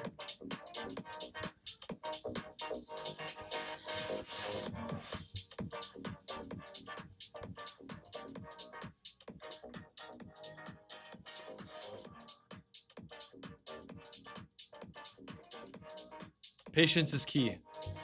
Exactly, guys. Oh, guys, come on. I'm logged in. Why does it do that shit?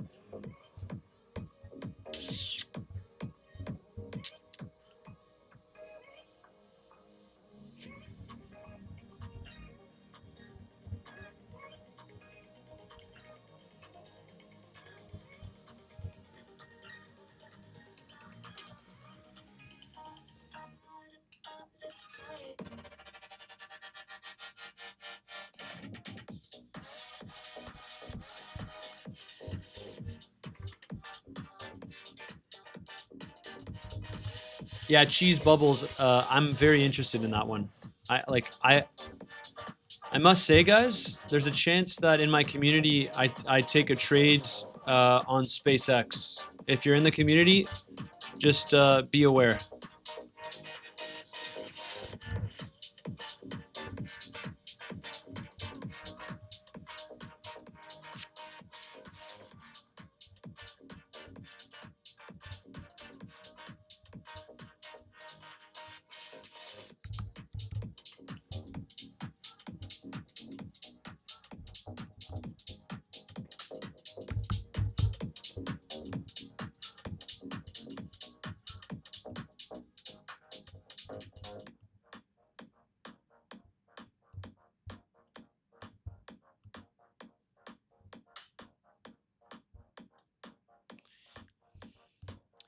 Yeah.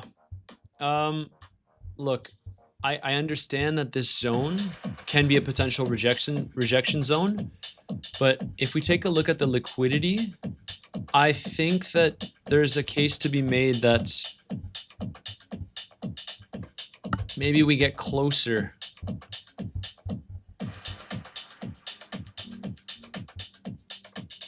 to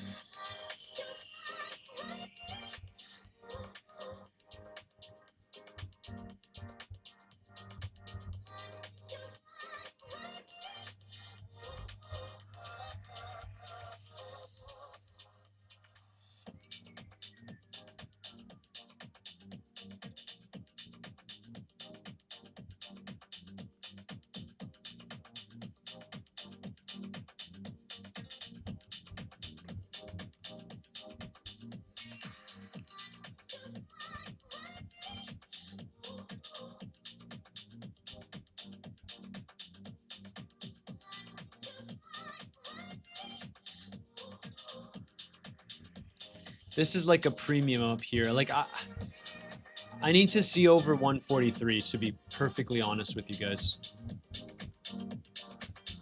Well, let's see. I'll keep my eyes on this one.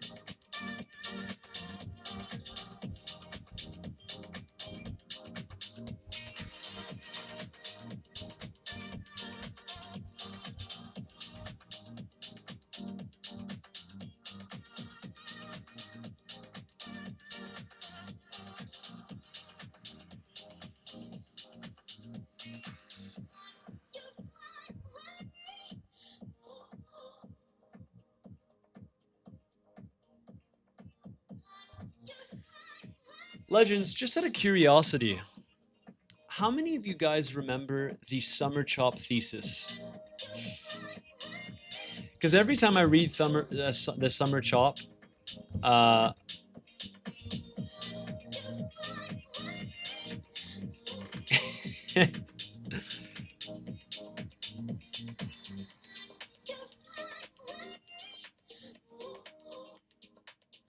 does anyone remember the summer chop thesis?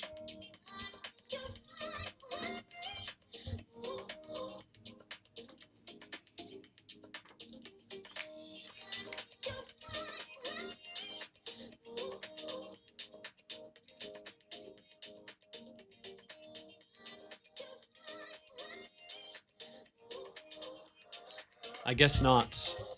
No one remembers the summer chop thesis. That's good.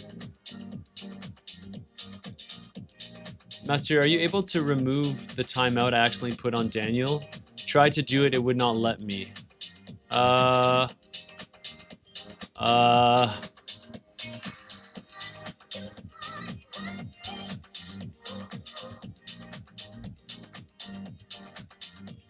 Maybe if I put him in a 10-second timeout, maybe now he'll be... J. Kim, I remember the chop thesis. Don't like it. Okay, Daniel, I put you in a 10-second timeout, so by now you should be good. Jay Beers, I hope that I overwrote, like my timeout overwrites yours. Hopefully, let's see, guys.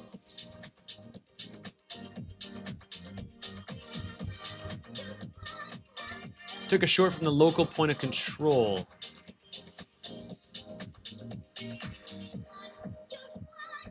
Yeah, like guys, this is also a range that we've been in for a while now, right? So if you go on the charts and you go here, yeah.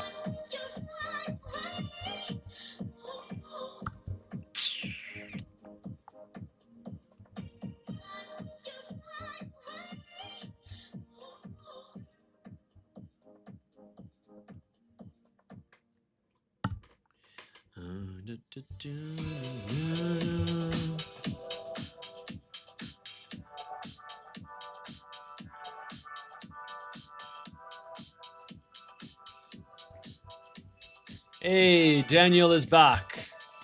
My man.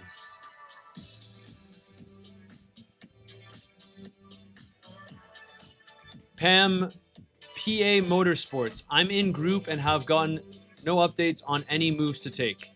If you looked at the last update I gave, I literally said that this is an interesting shorting zone. You have to remember, man, that you have to trade with your own capital. I have had countless members reach out to me saying that they took a short trade from this level and their stops are at break even. If you're going into my group, guys, and all you want to do is blindly copy me and you don't have any, and you can't think for yourself, then unfortunately the group is not for you, right? That's just what it is. Of course, I share when I take trades, but Pam, PA Motorsports, like, you know my trades. They're all in the pinned message if you're in my group. I'm a swing trader, right? So that's just what it is.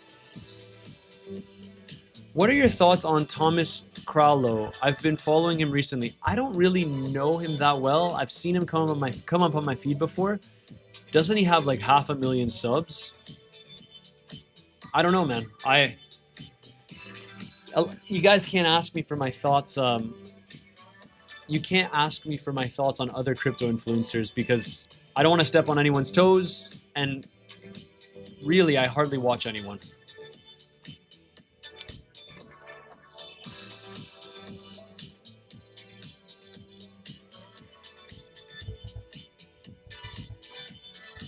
PA Motorsports, he's BS. I don't know about, guys, I don't know anything about Thomas. I'm not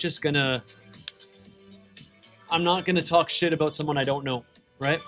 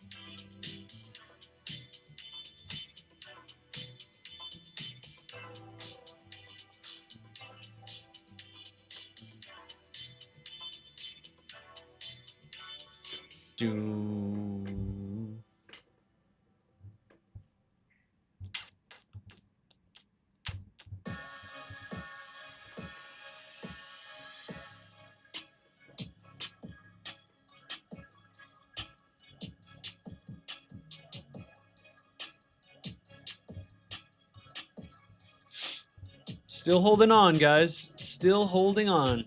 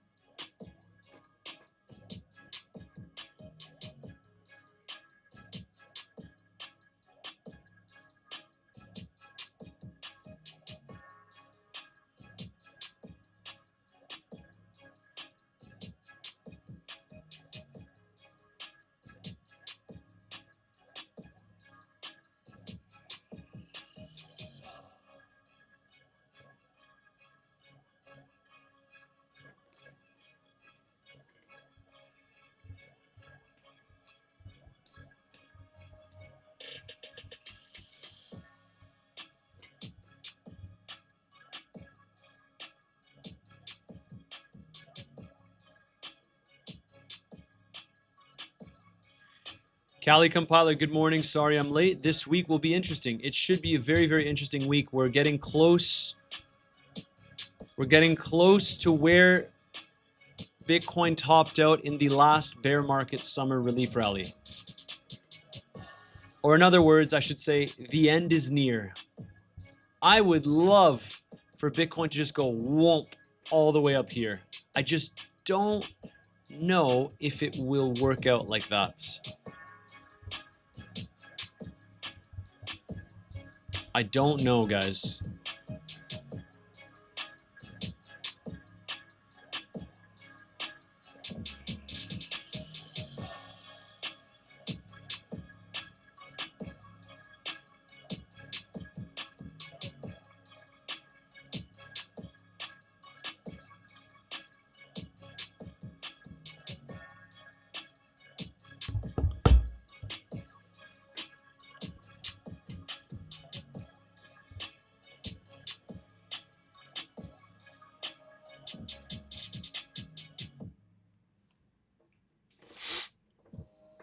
What are your thoughts on Sol?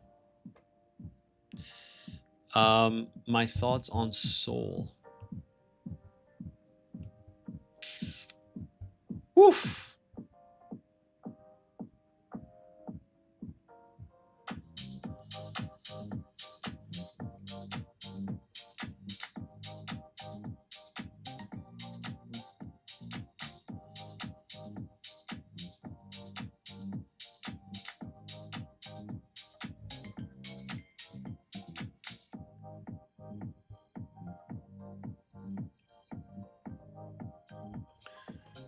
My thoughts on Sol is that it will largely follow the rest of the crypto market. ETH is nuking right now. Is ETH nuking? Woo! Wow. Wow. Holy smokes. What a dump.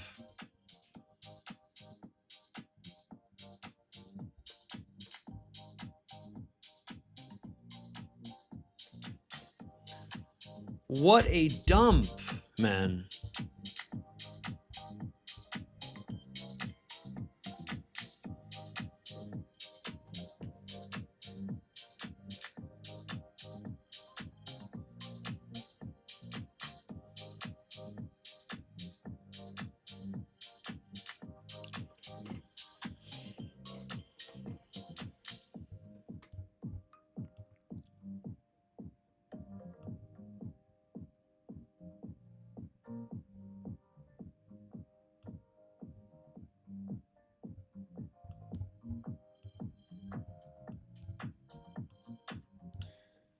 SpaceX.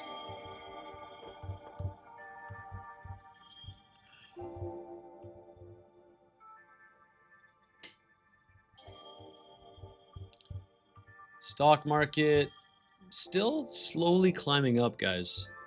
Still slowly climbing up.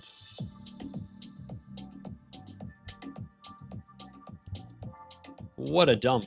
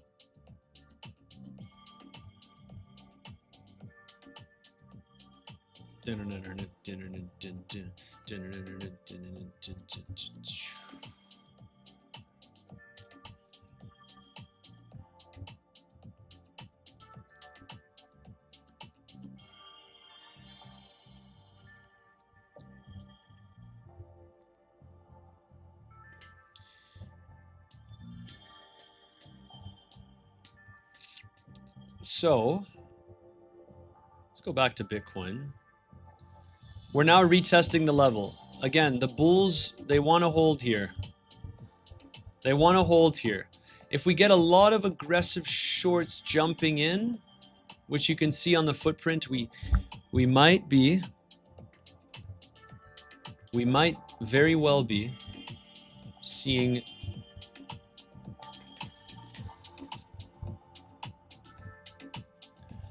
on the 5 minutes. If we don't make a new low here, there is a chance that we get bullish CVD divergence. Huh. Or wait, no. No.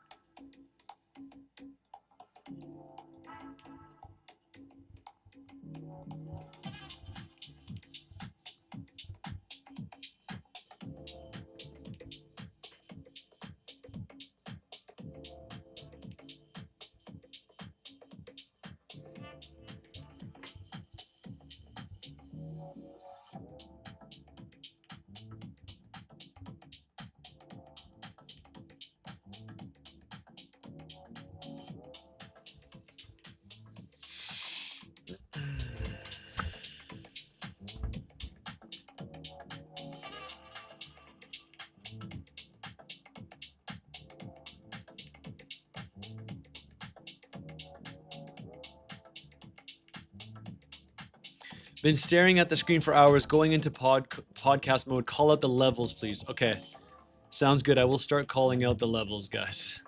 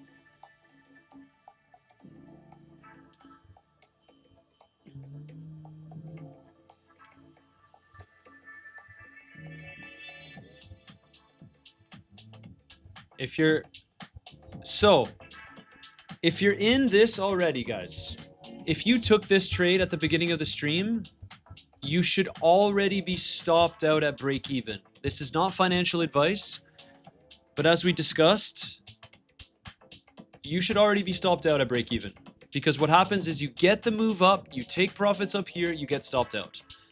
If we lose this level, we're going lower. That's all there is to it, guys.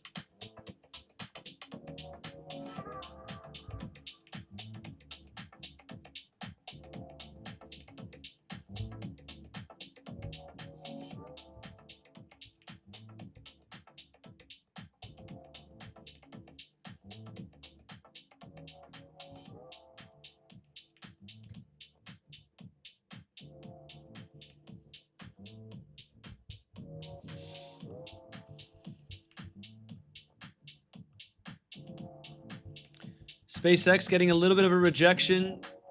We almost tapped into that anchored VWAP. I would love to see us push up here for me to get very, very interested in a next potential setup here.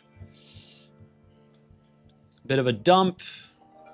Let's see. Let's see.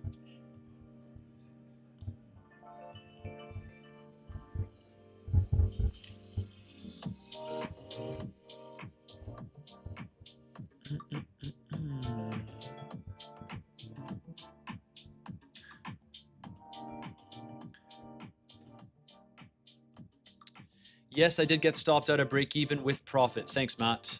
Then a reclaim. Maybe they sweep the local low, then a reclaim. It's totally possible.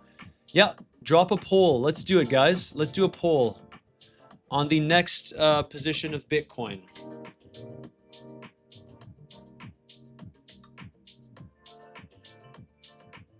Let's do it.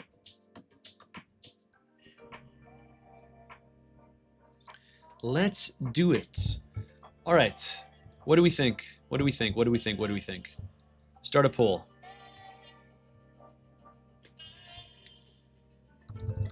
Where is BTC headed next?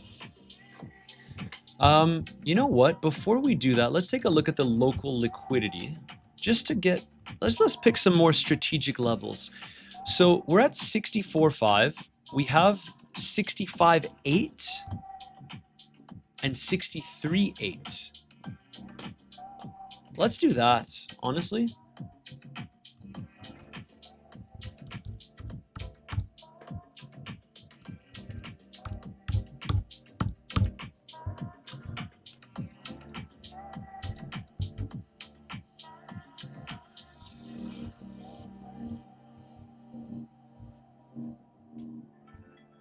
Do you have any thoughts on gold?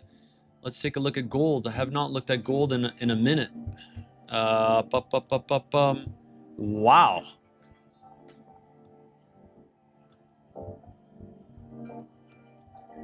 Yeah.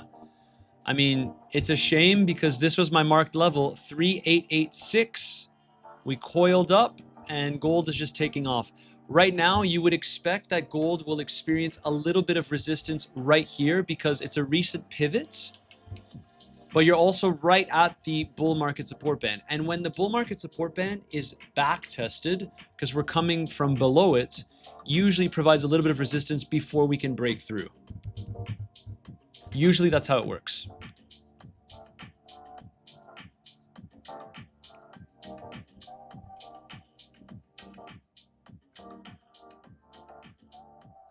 SpaceX is dumping.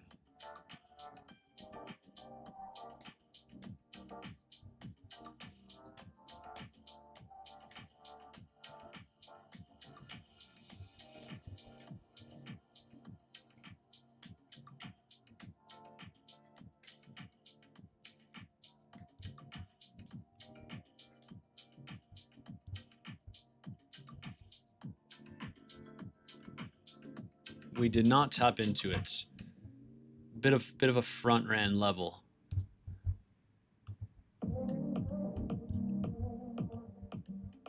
Yeah, guys, we're breaking below the level.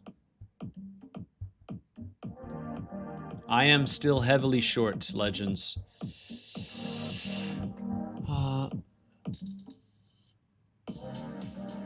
Hey Matt, if Bitcoin nukes through 60K, would you consider sizing out of the 58K long or let it stop out at entry, losing all the unrealized? That's a very good question. I think that if Bitcoin loses 60K, I will be fully out of my long. But the interesting thing is the level where you get invalidated is also the level that becomes the most interesting for a potential long setup.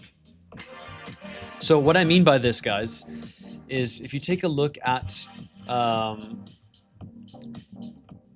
Bitcoin chart, right here at the value area low between 60 to 61K, which we talked about at the beginning of the stream, is the golden pocket of this current range. So check this out. From the low to the high, I would expect a reaction from here. So it's like, and maybe then we come lower if we breach that level significantly. It's a bloody Monday. Saylor sold. It's a bloody Monday. I'm still in my Bitcoin short. We keep on milking those profits.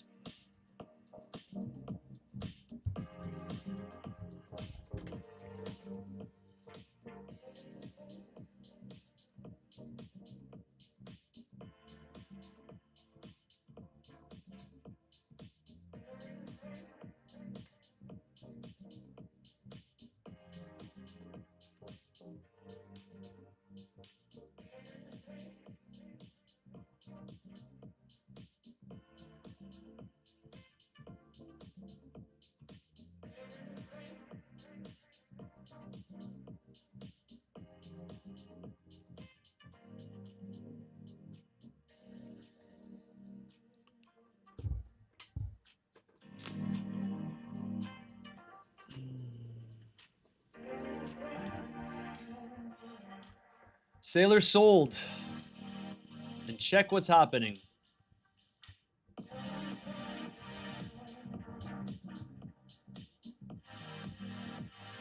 Saylor sold. And we make money on the shorts. That's all there is to it, right? Guys, if you want to join the community and see how I've been trading this market, remember you do have the first link in the description down below. Just DM me the keyword BTC on Telegram to join my group. It's where I share all of my own personal trades and my overall market analysis. It is a group that you do not pay a monthly subscription fee to join. I don't have anything like that. It's just where I share my trades. DM me the keyword BTC on Telegram if you'd like to join. Okay, so what's the next level for Bitcoin to get a potential bounce? Because at the beginning of the stream, this was the longing level, literally right here, where we had a nice bounce, good for the scalp, a solid 0.5% bounce with leverage. TP, stop loss at break even. I have to be honest with you, I now am like the next key level for a significant, not significant, but a scalp would be down here.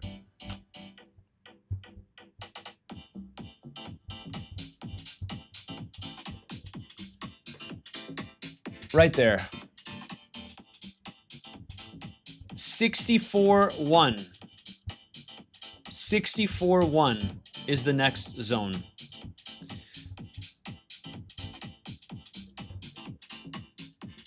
It would wipe out this local liquidity, but then we have tons right at 63.8. So in this scenario where you see the liquidity piling up like this, the point of control becomes more interesting. This zone again.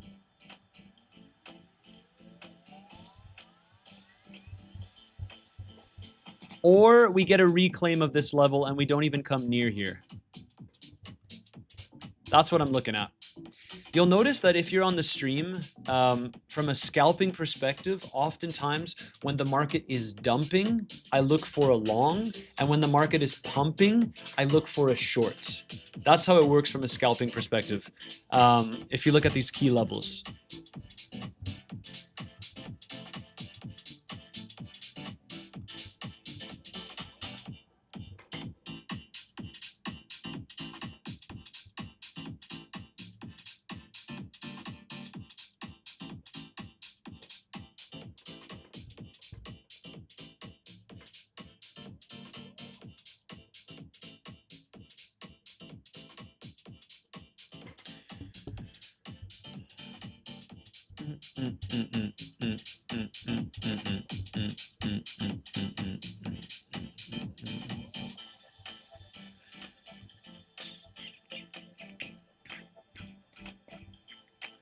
You look good on your glasses. Thank you very much. They're blue light glasses, because if you're on stream for several hours, you don't want to wreck your eyes.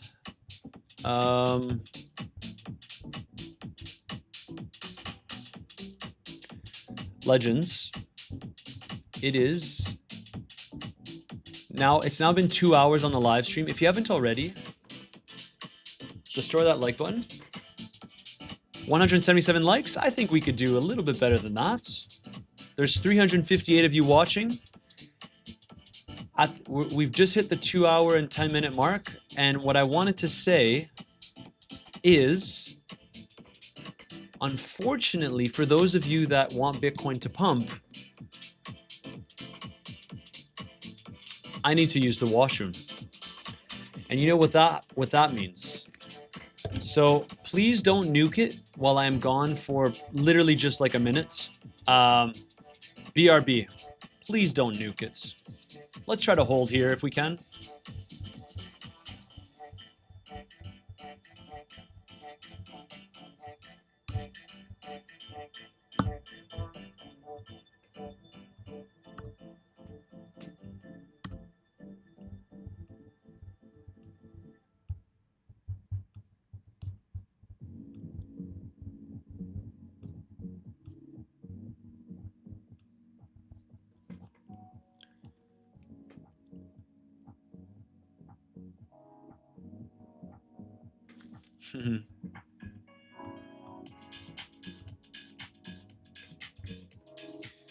All right.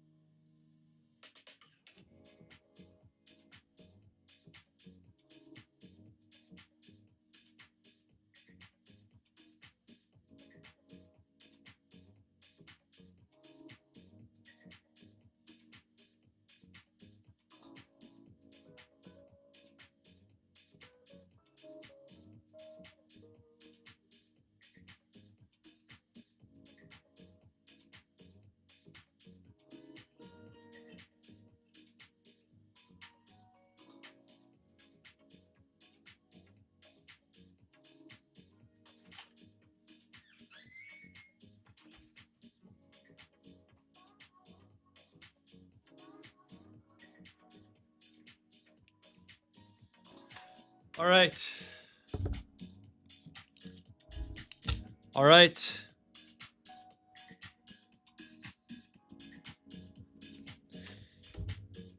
What's going on? What's going on? What did you guys do while I was gone? No, no, no.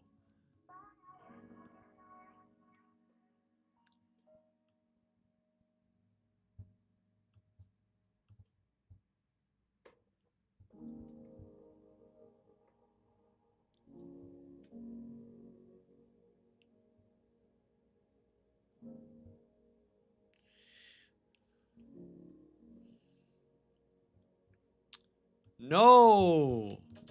We're dumping, guys. Saylor is selling more Bitcoin. No. Well, it's a good thing we've been shorting while Saylor was buying, and now we're in the shorts as he continues to sell. Down we go. What a username. What's below? Lionel for King, the bathroom dump. Guys, reminder, if you type all caps, your thing gets removed, but I saw your comment just in time. 4 hour looking diabolical. Honestly, the 4 hour looks terrible.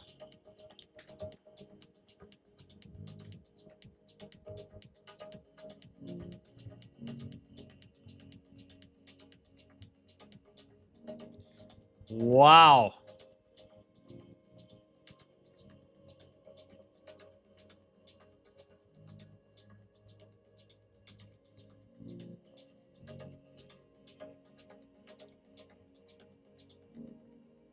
The bathroom dump, guys. The bathroom dump.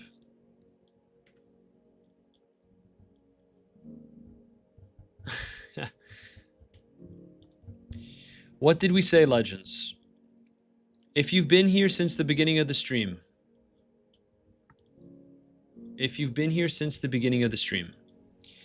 we talked about the fact that This was a good bouncing zone. We got the bounce. You take profits from that long and you move your stop loss to break even because we are in a structural bear market.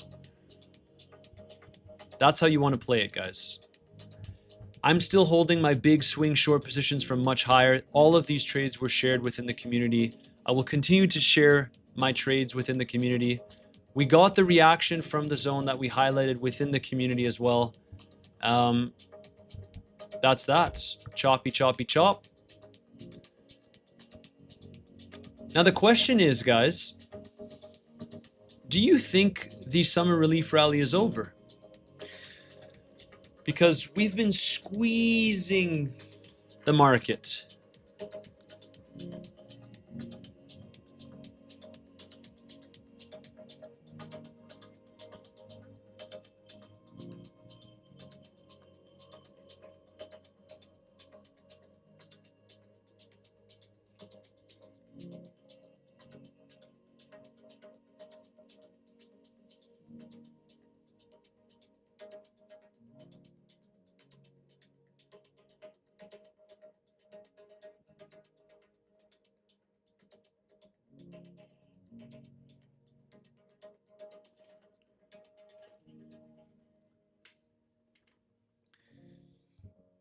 I would highly recommend you join the community if you haven't already.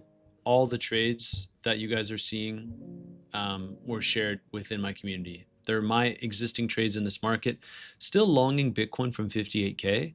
But if we start to lose some crucial levels, I will probably cut my position. Just keeping it real with you.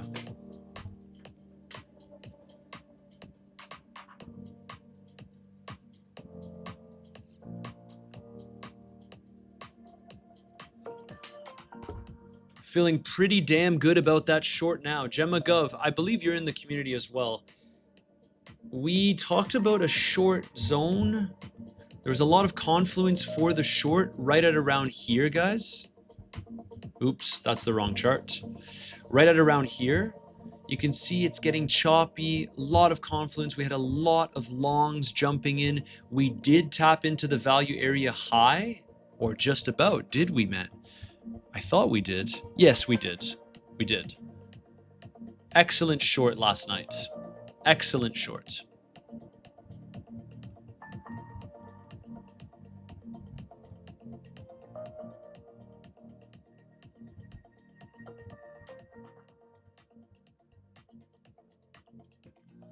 Gemma Gov, you bet I am. Jay Kim says, I don't think the rally is over. Jay Kim, I hope you are right. I hope that the rally isn't over because I want to add to my shorts.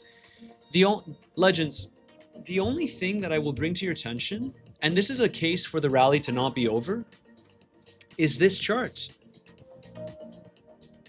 Do all these shorts get away with it? Do all the shorts get away with it? Because I'm not that convinced. It's going to be very, very tricky. But technically to the upside here, on the 6-month time frame, 20 billion worth of cumulative short liquidation leverage. On the downside, 19 billion. In my opinion, it's inevitable that the downside will flush. It's inevitable. I think that it's going to happen. But the question that we've been constantly trying to answer is, are we going to push higher? Because in the community, we took a short perfectly at the 66.8K level, which I'll remind you was the downtrending anchored VWAP. This blue line here.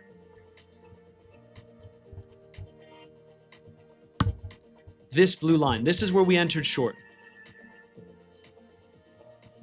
Basically the perfect top. I want that trade to get stopped out because I've already secured 15K and I'm letting the rest of the position ride, but I would prefer if this trade got stopped out at break even because I want to add to my existing shorts. And because there's so much short interest in the market, it makes me think that maybe we squeeze a little bit higher before the nuke actually happens. Let's see, guys. Let's see. Max Payne would be wrecking both sides of the markets. which does include a move above 67K, 66.8, right at where I shorted.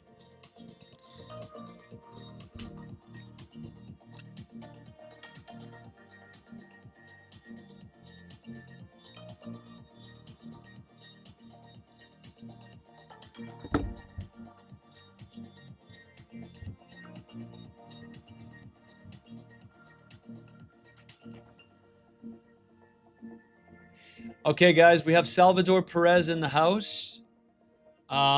Salvador Perez is the only guy on my channel that is a perma bull.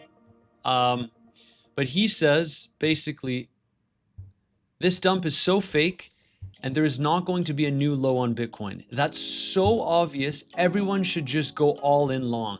I think Salvador Perez is an industry plant. We are definitely going to 71K, no problem at all. I actually think that the probabilities of hitting 71K have greatly diminished now. Before, I was open to 71K, and you want to know why? The 200-day moving average. When we talked about the relief rally scenario when Bitcoin was at 58K, which I'll remind you, we took that long. 74K was maybe even in the cards. But because price is stalling below these significant levels, to me, it suggests that the highest that we can go at this point would be somewhere around 70K. And even I think right now that 70K is a stretch. I don't think we make it there unless we get some kind of crazy price action. And if we get it there, awesome. If we get there, awesome, because that's even more of a significant short entry in my opinion.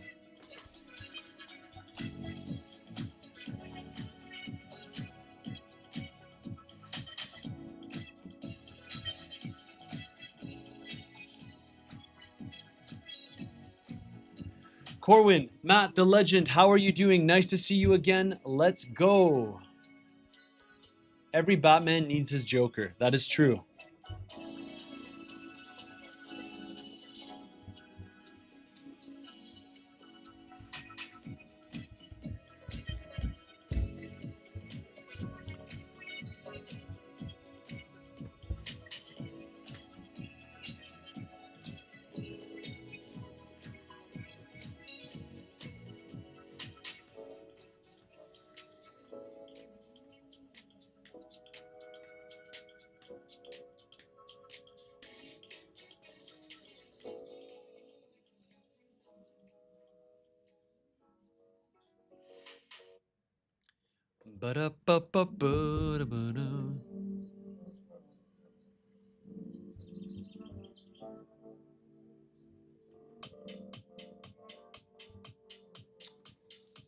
Yo, Matt, what's good? Corwin, I agree with you. 4-hour candle looks ugly. Love this. We're making money on both sides of the market. Yaz Shah. And that's exactly how you want to trade this market, guys. Make money both sides. Trade along the lows. Short the tops, right? It's so funny. None of the influencers know where Bitcoin is headed. Let's take it a day at a time. I agree. Let's take it a day at a time, Crypto Legend. I agree.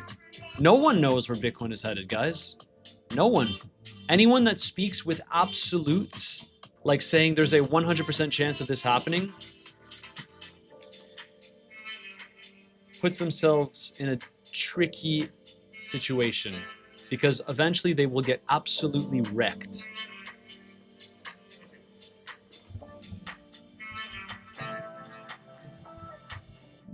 So we kind of front ran the level that I highlighted here, but with this 4-hour candle, the next potential scalp here, Legends, is something like this.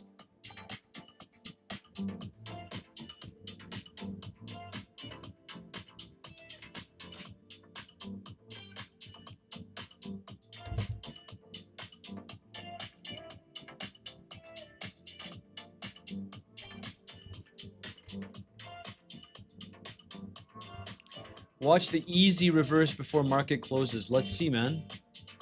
Salvador Perez, the perma bull.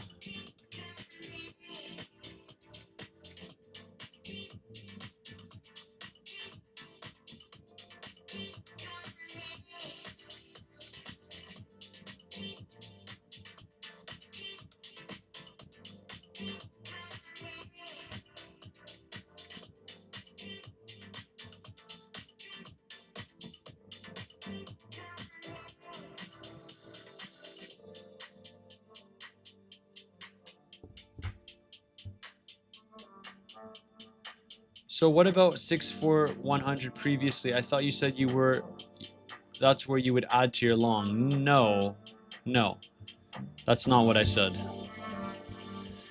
The reason why this is a significant level is because it's created this wiki price action on the prior 4-hour charts. It doesn't mean that we can't go below it. It just means that the bulls will typically try to hold on to a level like they did with this level. But that's very much lower time frame, guys. My long is at 58K. Why would I add to my long here? Doesn't make sense. You see we got the reaction first time around. This was the scalp at the beginning of the stream. Stop loss, break even, profits taken. Then we come back down, right? So I'm not adding to my existing long here. My swing long was taken from 58K, guys. This was shared within the community as well.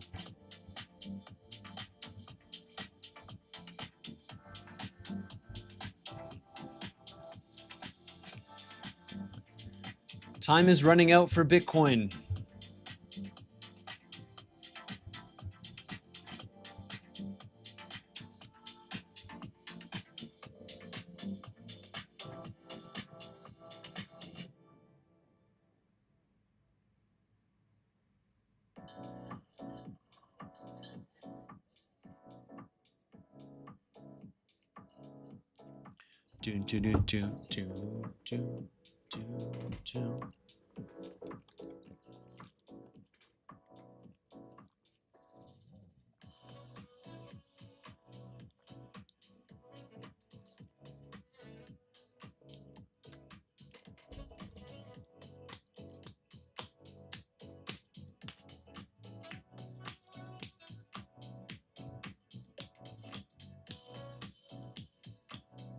Oh, Doug's.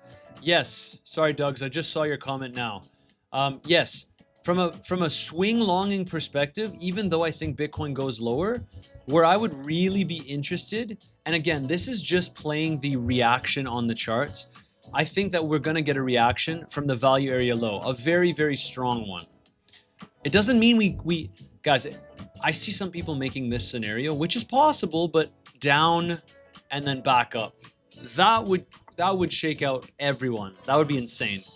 But the reason why this level, just strictly from a TA perspective, doesn't matter bull or bear market, the reason why this level is interesting to me is because it's the value area low of the range, which we know can provide some local support.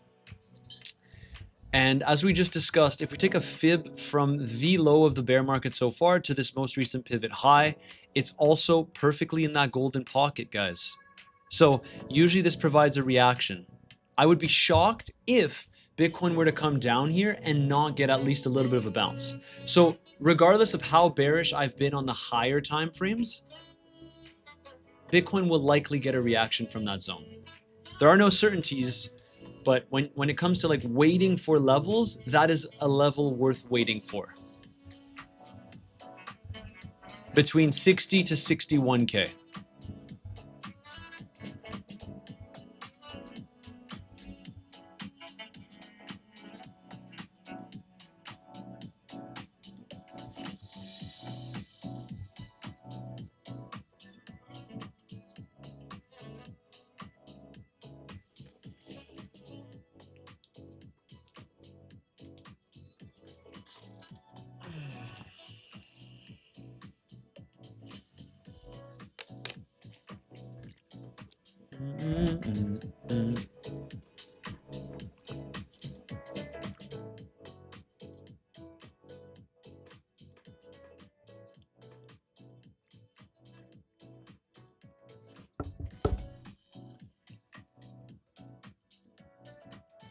Value area low. Who is he? I haven't seen him in ages. Almost forgot what he looks like.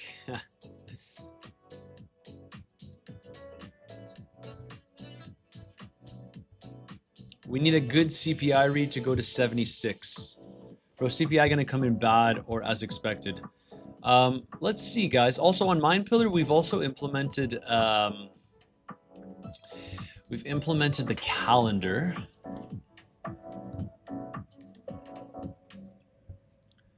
And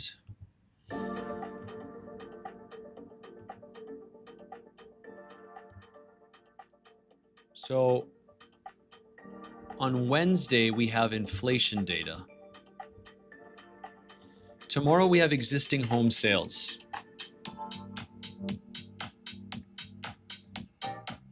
Legends, let me know down below if you think that tomorrow I should do a video update and then Wednesday we do a live stream with inflation.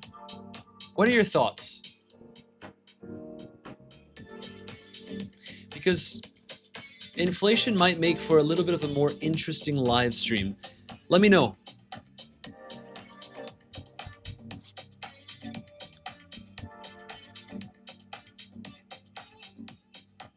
Big volume coming in. Big volume coming in, is that so? So we got rejected from the previous day value area low.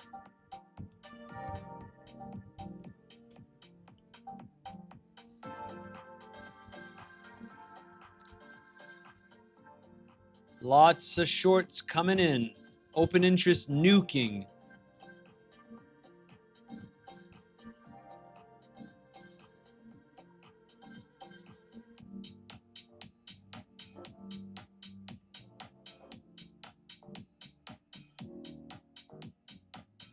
Okay, sounds good, Legends. Sounds good. Tomorrow we do a video update then.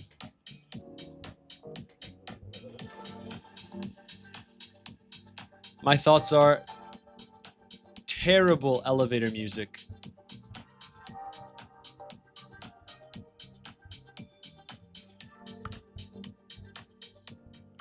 Now we see, Legends. Do we get a reaction from here?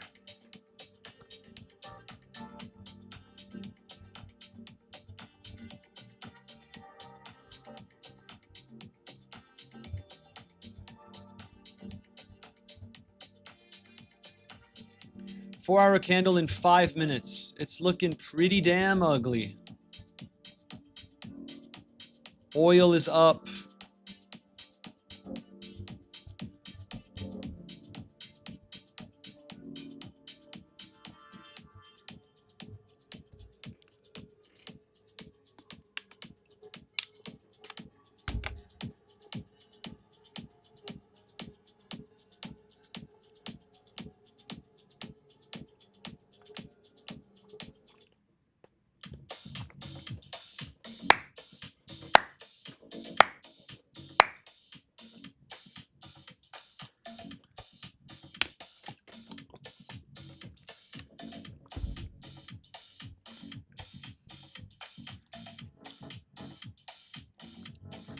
At this point, we could just keep dumping. It's possible, guys. It's possible.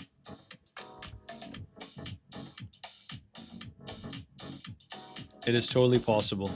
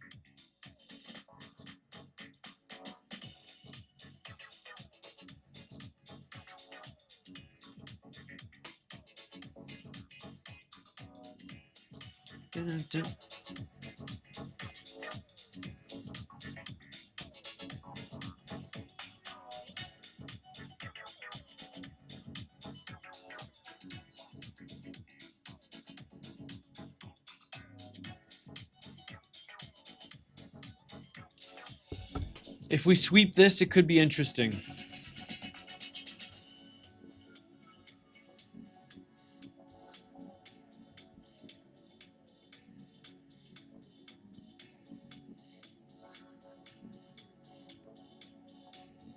Zia talks. Matt, what do you think about XRP? Is it done? I think XRP is a shit coin.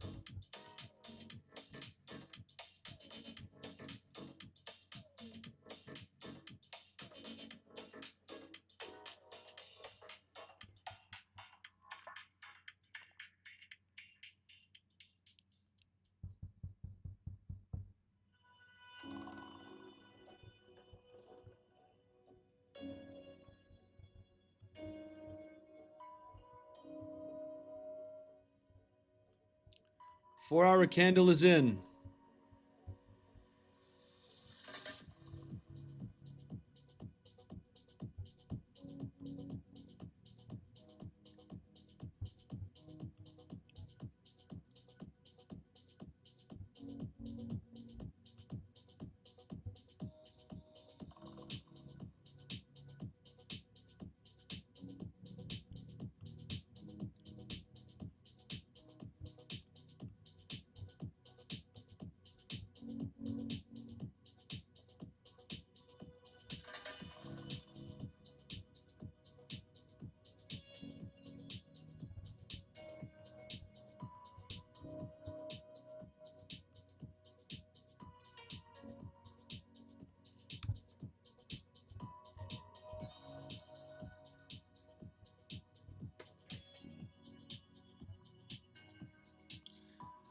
I also think that, you know, Salvador Perez, I know you're always bullish, but I would love to see Bitcoin pump as well.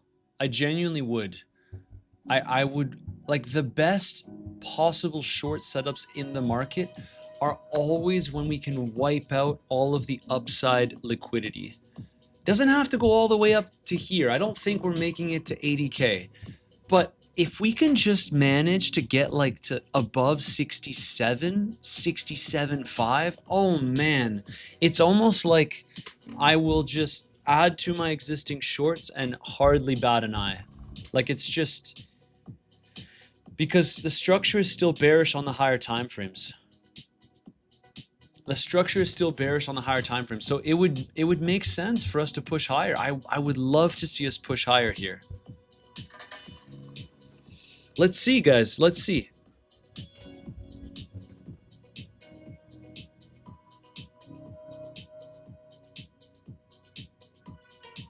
When I say I would love for price to go higher, it's only so I can bet on it going lower.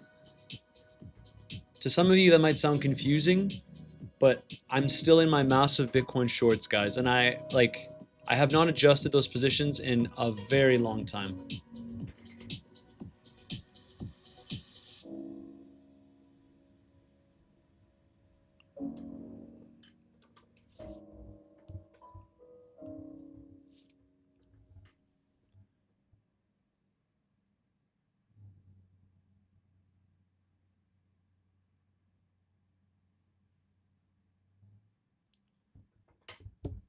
Someone said I bought some MicroStrategy.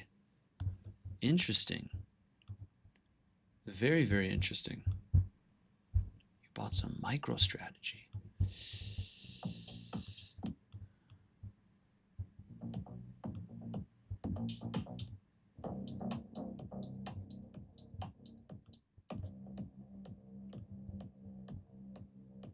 Couldn't catch me buying some MicroStrategy. Sorry, legends. I would rather own the underlying asset.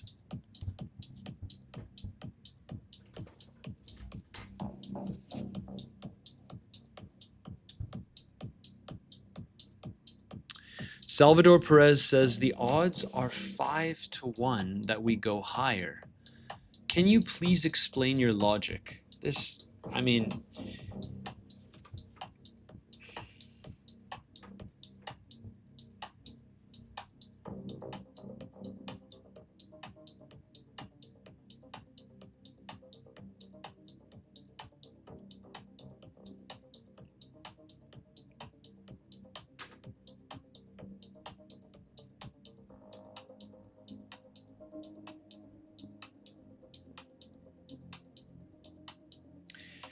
the dollar on the one-day time frame, does it look like it will go higher? I think that the dollar will go higher, and that will coincide with Bitcoin's next dump, like big dump.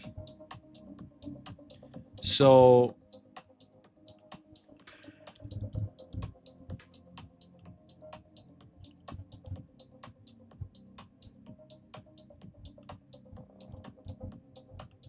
but I don't look at the dollar on the... Can anyone tell me what this chart looks like, legends? If some of you have been paying attention, I mean, I hope some of you guys have been paying attention, but like, what does this chart look like to you? What does it look like to you? Which chart have I said has been the most bullish chart in crypto so far? What does this chart look like to you? Can anyone say it? What does this chart look like? Does this look bullish or bearish?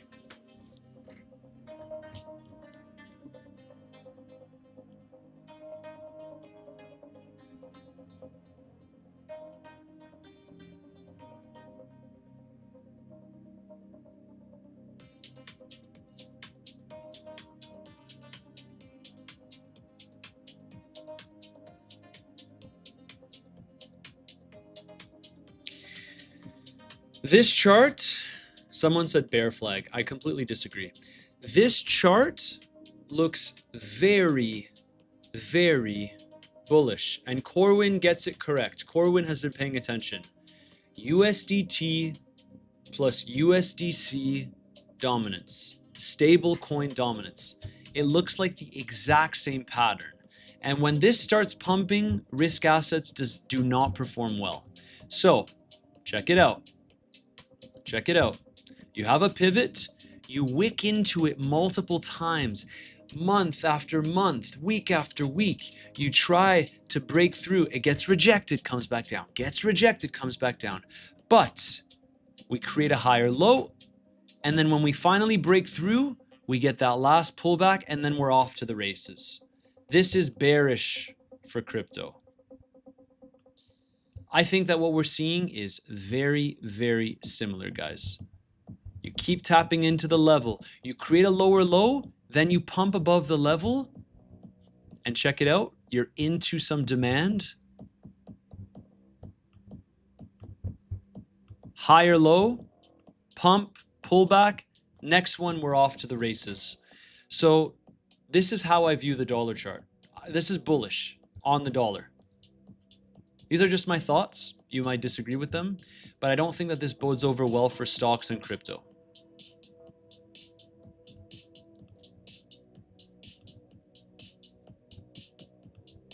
So you can worry about the lower time frames all you want, and of course, scalping is fine. As you know, guys, I've shared this before, but when I started my trading journey, I was scalping a lot. I was on the charts like 24 hours a day. It was ridiculous. But now I am a swing trader, and so I don't have to worry about these kinds of fluctuations as much. In my group, I will try to provide some more scalps because I know that some of you like that, but to keep it abundantly clear with you, I will always remain a swing trader because I think it's the most profitable trading strategy long term. So I think that the dollar looks bullish I think that Bitcoin likely heads lower over the course of the next couple months. The real question is, can we squeeze higher?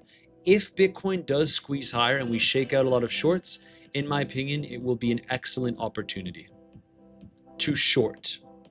And it will likely be the last big swing shorting opportunity in this market. Those are just my thoughts. This is not financial advice. Nothing that I discuss on the channel should be construed as financial advice. You have the full disclaimer in the description down below. Please remember, and you have to really think about it logically. I am just a guy on the internet sharing his own trades and his overall market analysis. You will always choose what you do with your own capital. Same thing in my group. I share with you exactly what I do in this market in my group. And if you'd like to join, DM me the keyword BTC on Telegram to join. But it's not financial advice. You have to make your own decisions with your own capital. I think the dollar looks bullish. I think Bitcoin looks bearish on the higher time frames. I'm still hopeful that Bitcoin can push up a little bit higher. But if we don't, I am comfy in my shorts, guys. I remain in my active positions in this market.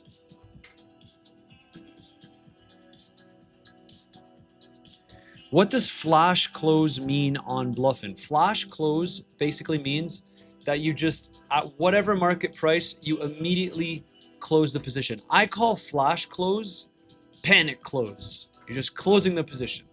It usually you don't get it at the perfect market price that you see because you're closing it immediately at whatever cost. That's what flash closing is. So if I click flash close here, I would close my entire big Bitcoin short, which I obviously don't want to do.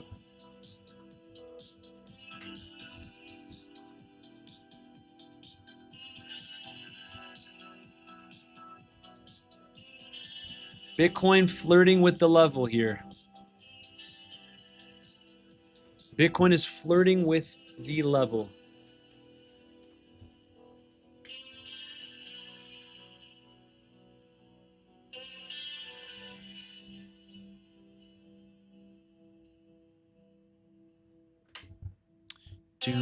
Do.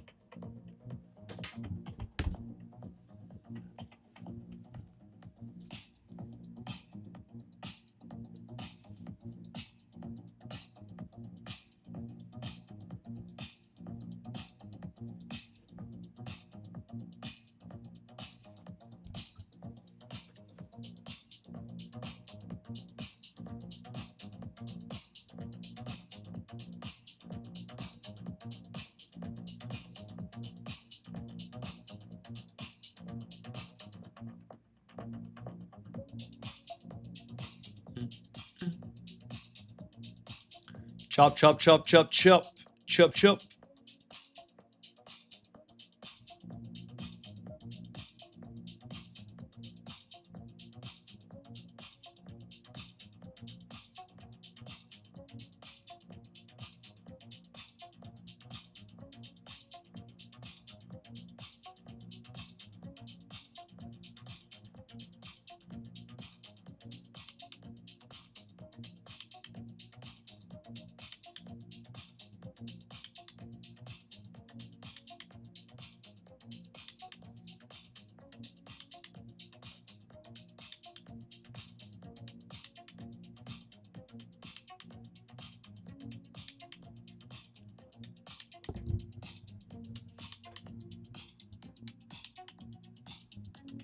Could it bounce from here? This is the zone, guys. Otherwise, we have a big cluster, a big confluence zone between the uptrending anchored VWAP once more, the 200-week moving average, and the point of control. So this is a decent confluence zone as well.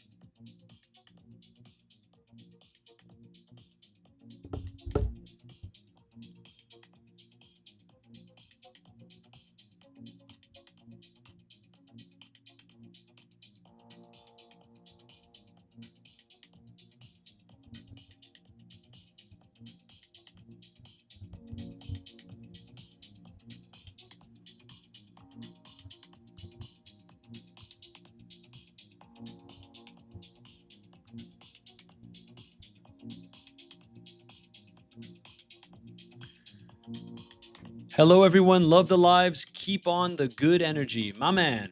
Hello. Hello.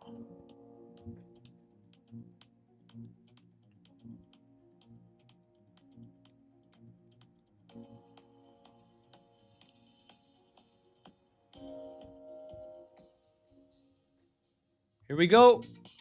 Here we go. We sweep the level. Let's see. Let's see.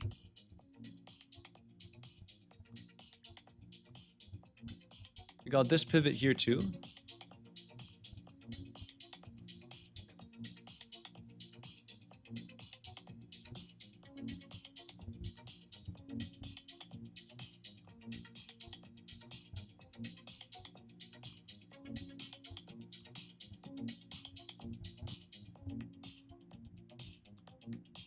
Little reaction again.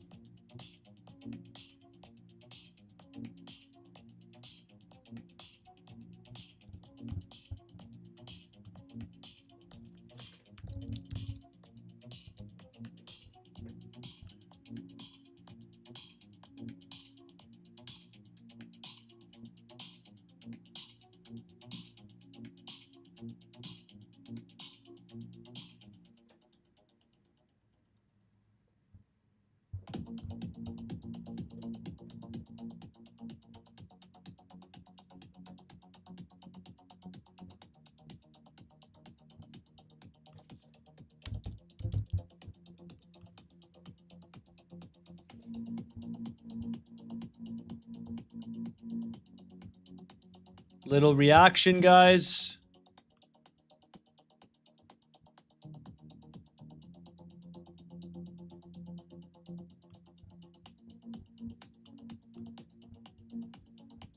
If we just lose the level, there's no long to be taken.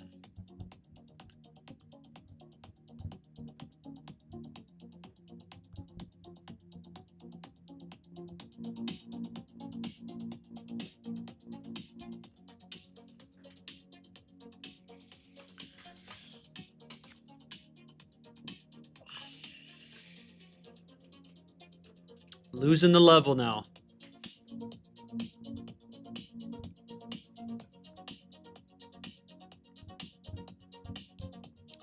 We know that there's some local liquidity right here, 63.8. So a wick down to there would be nice. 63.8, another like $200 or so.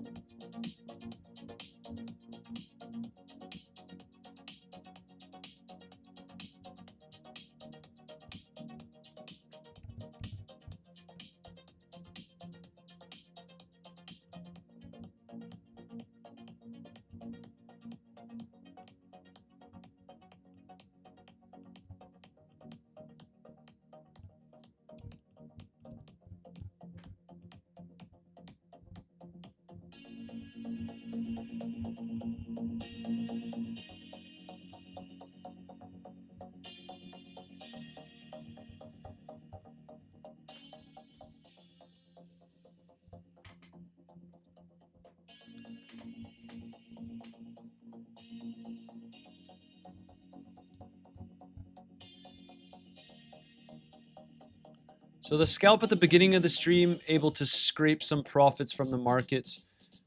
Right now though, guys, I know that there's more and more people that are starting to watch the channel. It's just important that I make it abundantly clear.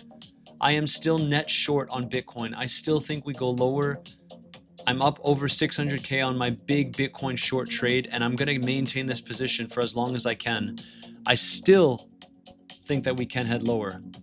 Yes, you can play the local time frames with the bounces and stuff, but you know, from a swing trading perspective, we also talked about in my community how this zone, or from a scalp perspective as well, this zone is interesting for a scalp, which we managed to wick into multiple times. And legends, if you want to join my community where I share all of my own trades, my long that I took at the lows 58K, as well as my big Bitcoin short that I'm still maintaining and I plan to adjust, take some more profits, maybe add to the position, you have the first link in the description down below. If you DM me the keyword BTC on Telegram, you'll be able to join my group where I share all of my own personal trades and my overall market analysis. It is a group where you sign up with any of these affiliate exchange links down below and you trade on there as you would normally do in the market. You're not paying me a monthly fee to join my group. I don't do that. I do not do that. These are affiliate links down below. All right.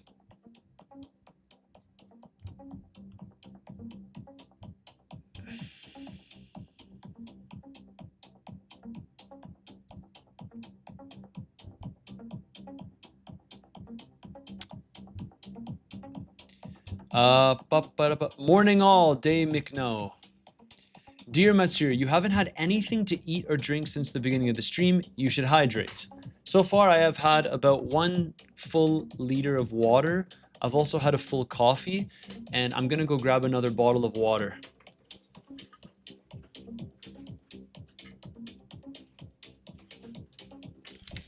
Another one. Your skin looks tanned. I've been enjoying the sun, guys.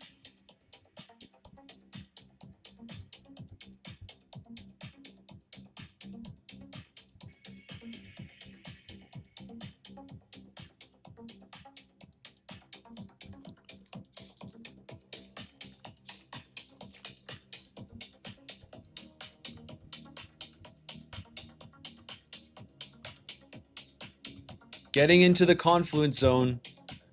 Remember, we have lots of local liquidity right here at 63.8. $100 lower and we're into that liquidity.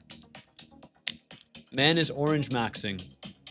Eat some protein, bro. Good for the brain. Guys, I hit my protein. You don't need to worry about that.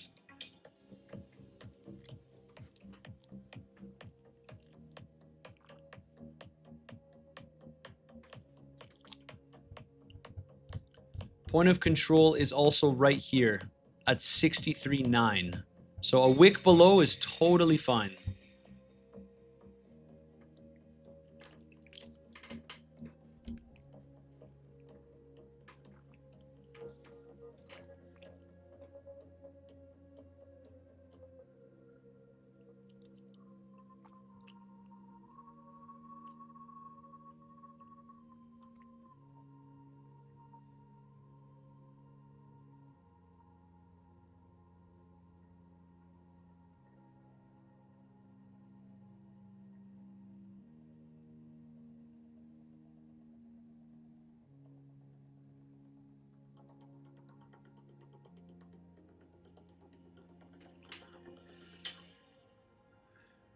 What does point... I do take creatine as well.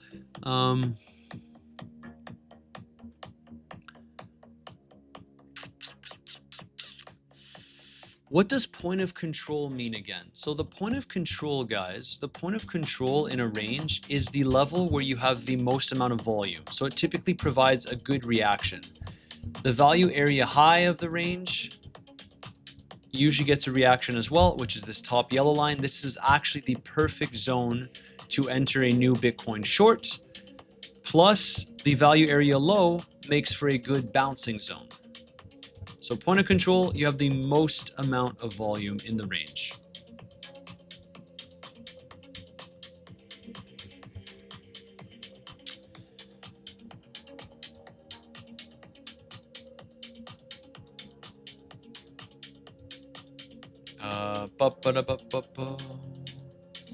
Hey, I notice you typically don't use Bollinger Bands, but Bitcoin seems to respect the levels on the 4-hour pretty well. Any reason why?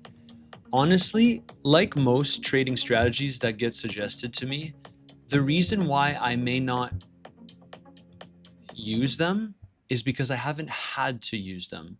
And I think that this is something that a lot of people could learn. If you find a profitable strategy in the market, sure, you can use other tools to see if you can add confluence to it and then backtest it to see if it works. But the thing to consider is, if something works, you don't need to add more to it to overcomplicate it, right?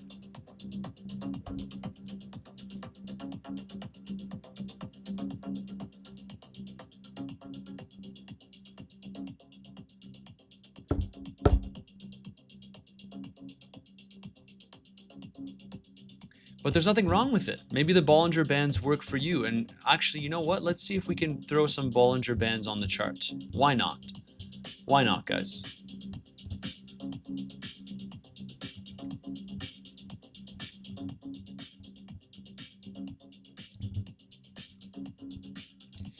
Why not?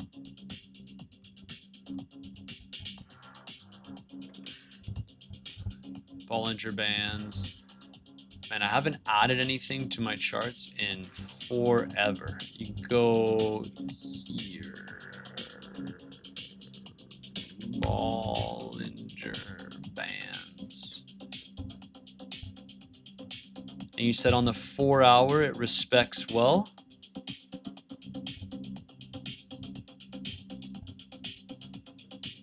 Yeah. Yeah, I mean, the thing with this is we've been compressing between 63 to 65K for quite some time, right?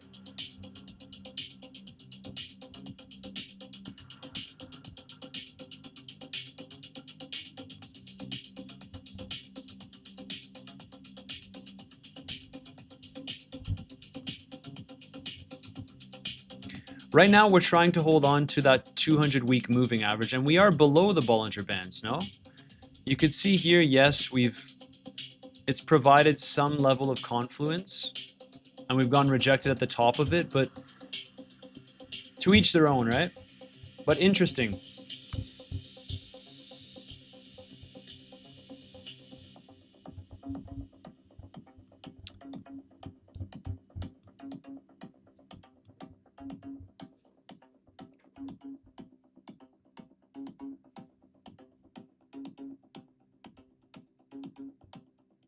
Yeah, Gemma Gov, I think I would recommend doing USDT. USDT markets do have a lot more volume on Bluffin. They do. All right, legend. So I'm still shorting Bitcoin. This is a zone where we can get a potential bounce if we can grab that liquidity. I personally would be interested here. Now that we've gone here, I would need to see a sweep of 63.8 to even be remotely interested in a scalp. It's too damn close for me to enter here. Has to drop lower for me. But if you want to see how I've been operating in the market, these big swing trades, remember, you do have the first link in the description down below. Just DM me the keyword BTC on Telegram to join my group. It's where I share all of my own personal trades and my overall market analysis. You trade with your own money. That's how it works in the group.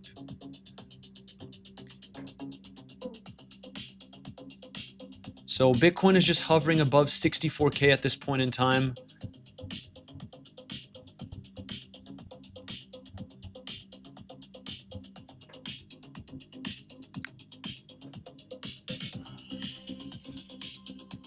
Crypto King, have you looked at stablecoin dominance today? I have indeed.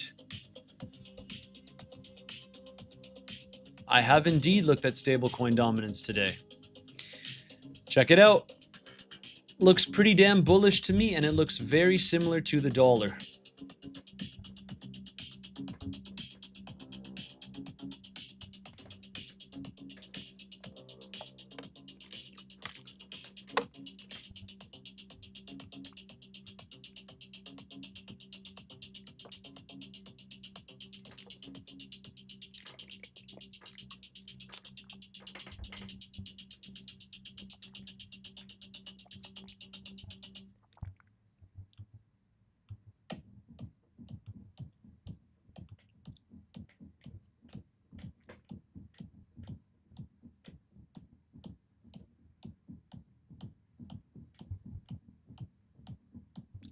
Is my 58K long entry closed? No, it is not, guys.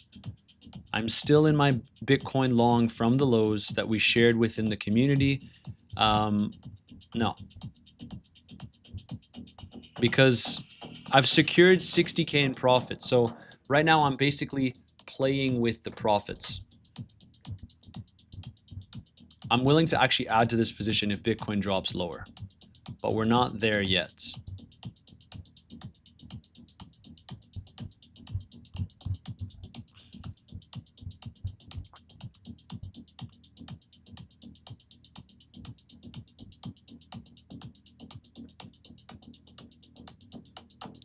Corwin says he took some profits from scalp short from 65K. My man. Legend. Absolute legend. Legends, if you want to join the community as well and you're already trading on Kraken, you don't have to create a new Kraken account. You can keep your current Kraken account, and if you message me on Telegram, we can transfer you under my referral. So this actually allows you to keep your Kraken account, trade as you've always been doing, and you get access to the community on top of that. So if you've been trading on there for a while, because I know a lot of people have, and it's their main exchange, we've sorted it out with them where you don't have to actually create a new account, which is beneficial to those of you that are used to their platform.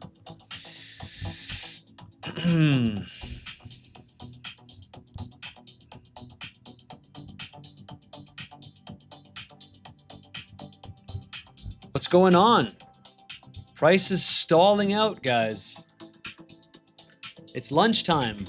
Price is stalling out.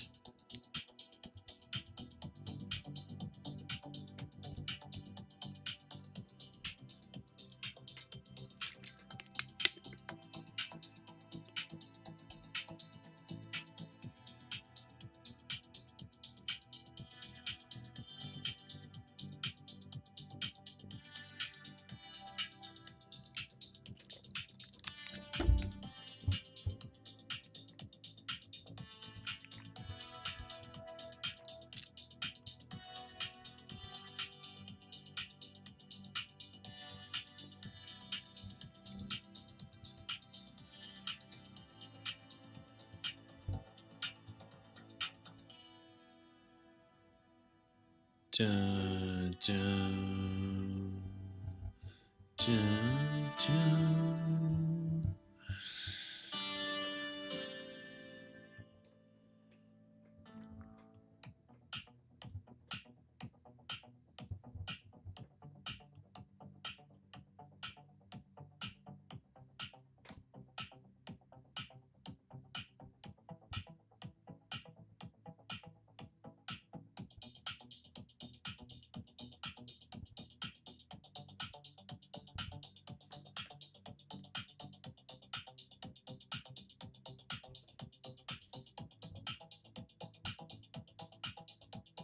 Hey Matt, what do you think about CPI this month?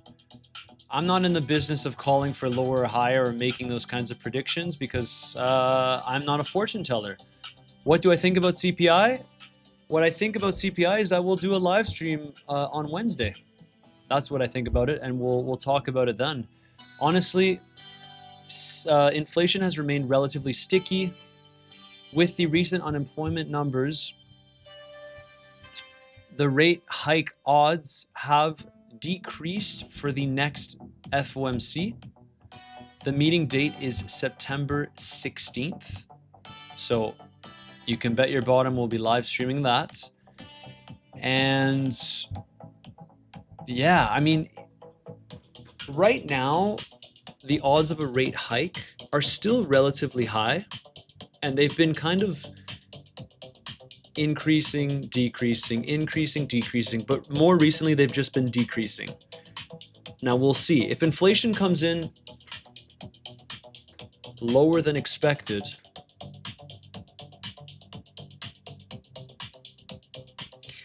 honestly, guys, it's very, very tricky, especially with the fact that now that we have Fed Chair Warsh, they don't really have that same kind of forward guidance that we had with Powell, at least. So the markets are relatively uncertain.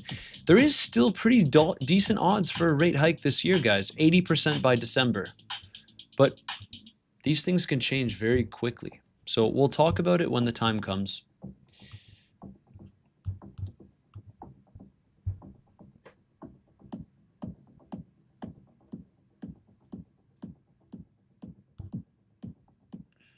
We are comfy in our shorts. I have been net short in this market for so long. I am very, very comfy.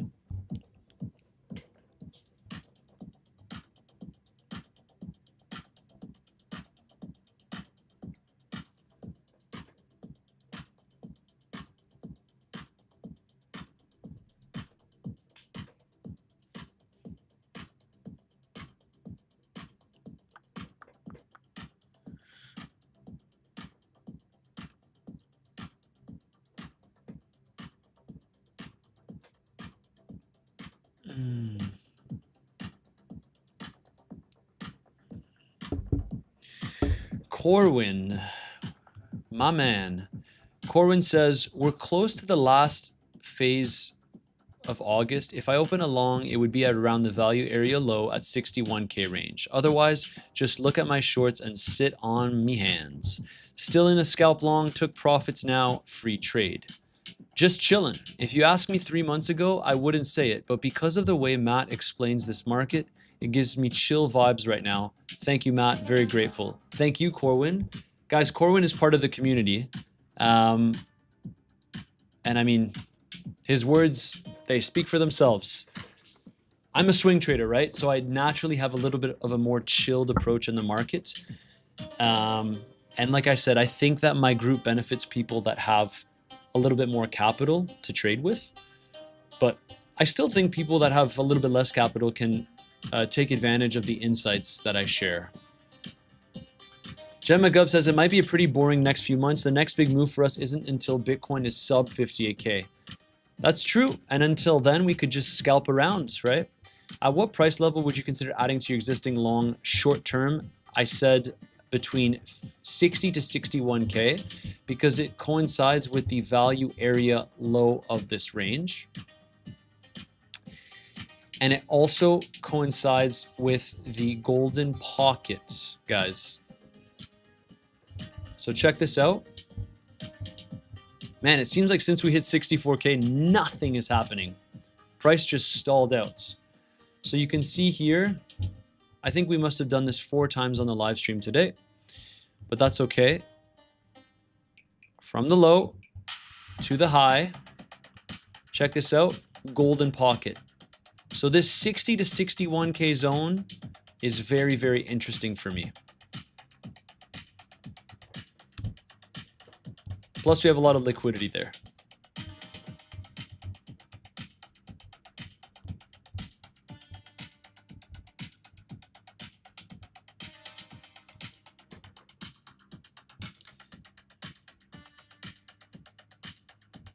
Abu Zain, asked a few times, I'll ask again.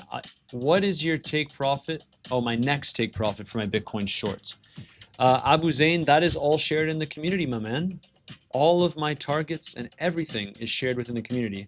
But let me just go on my phone and read it out loud to you. So, I have 3 Bitcoin shorts open, guys. 3 of them. Let's talk about this smaller one first. The one I took at 66,800. Right now, between unrealized and realized, this trade is up around $23,000. My first take profit was 65.5K. My second take profit was 63.1K. My next take profit is 60K. And because it is such a small position, I will probably fully close this trade if it hits between 60 to 61K. Then I have my other Bitcoin short. Taken from $81,500. I took profits. Oh man. 78K, 77K, 76K, 74K, 70K, 68K, 63K, 60K, and 58K. My next take profit on that one, 55K and 50K. And same targets for the other, my big Bitcoin short here. You guys can see in the realized P&L, I'm not scared to take profits. I take profits on my trades. Just because I think that Bitcoin goes lower, it doesn't mean that I'm a fool and I just hope and pray that it goes lower. No, I take profits along the way, which allows me to maintain these active positions in the market because now I can sit on my hands relatively stress-free. It's big enough of a position for me to be, very happy if we go lower, but also not be stressed if we start pumping because I take profits.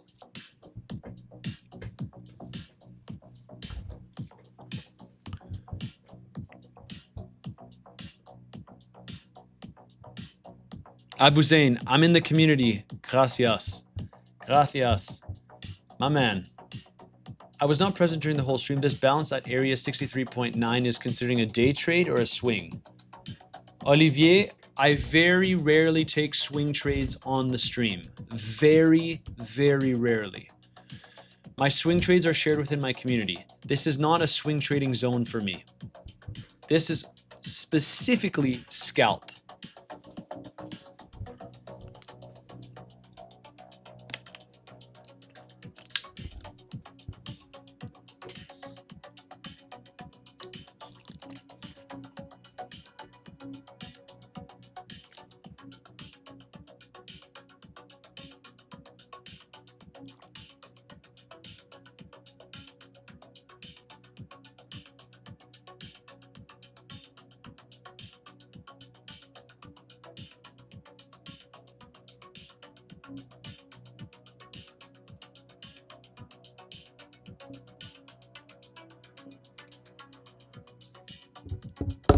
Thanks. I'm new at community. Soon will understand all and follow up. Awesome, man. Good man. Thank you, sir. Much love, my man. Much love, guys. If you want to join the community, remember, first link in the description down below, DM me the keyword BTC on Telegram. It's where I share all of my own personal trades in this market. It is a community where the way to get access is you sign up with any of these affiliate exchange links down below. And if you start trading on there, that's how you get access to the community. That's all it is. You trade with your own money, guys. And if you're already trading on Kraken or BTCC, I can transfer you under my referral, which just means you don't need to create a new account. Bitcoin trying to hold here at the point of control of this range, but it's been relatively quiet since we hit 64K.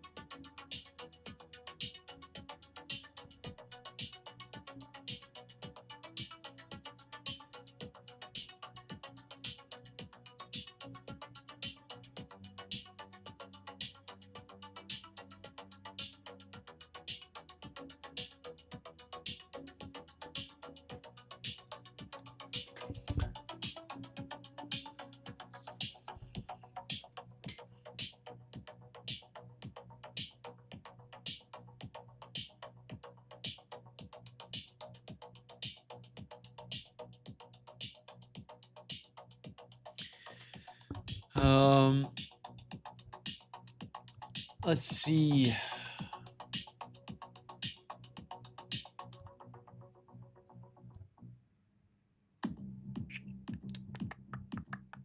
Hey Matt, can I ask you, 2bit, is it has on iPhone or not? Yeah, 2bit should be on iPhone, guys. If you didn't know, I also trade on 2bit. I have my capital like spread out. Legends. Tomorrow we're gonna do a video update, and I think there's gonna be some opportunities to enter a couple more trades here. Maybe even some swing trades depending on the price action that we get.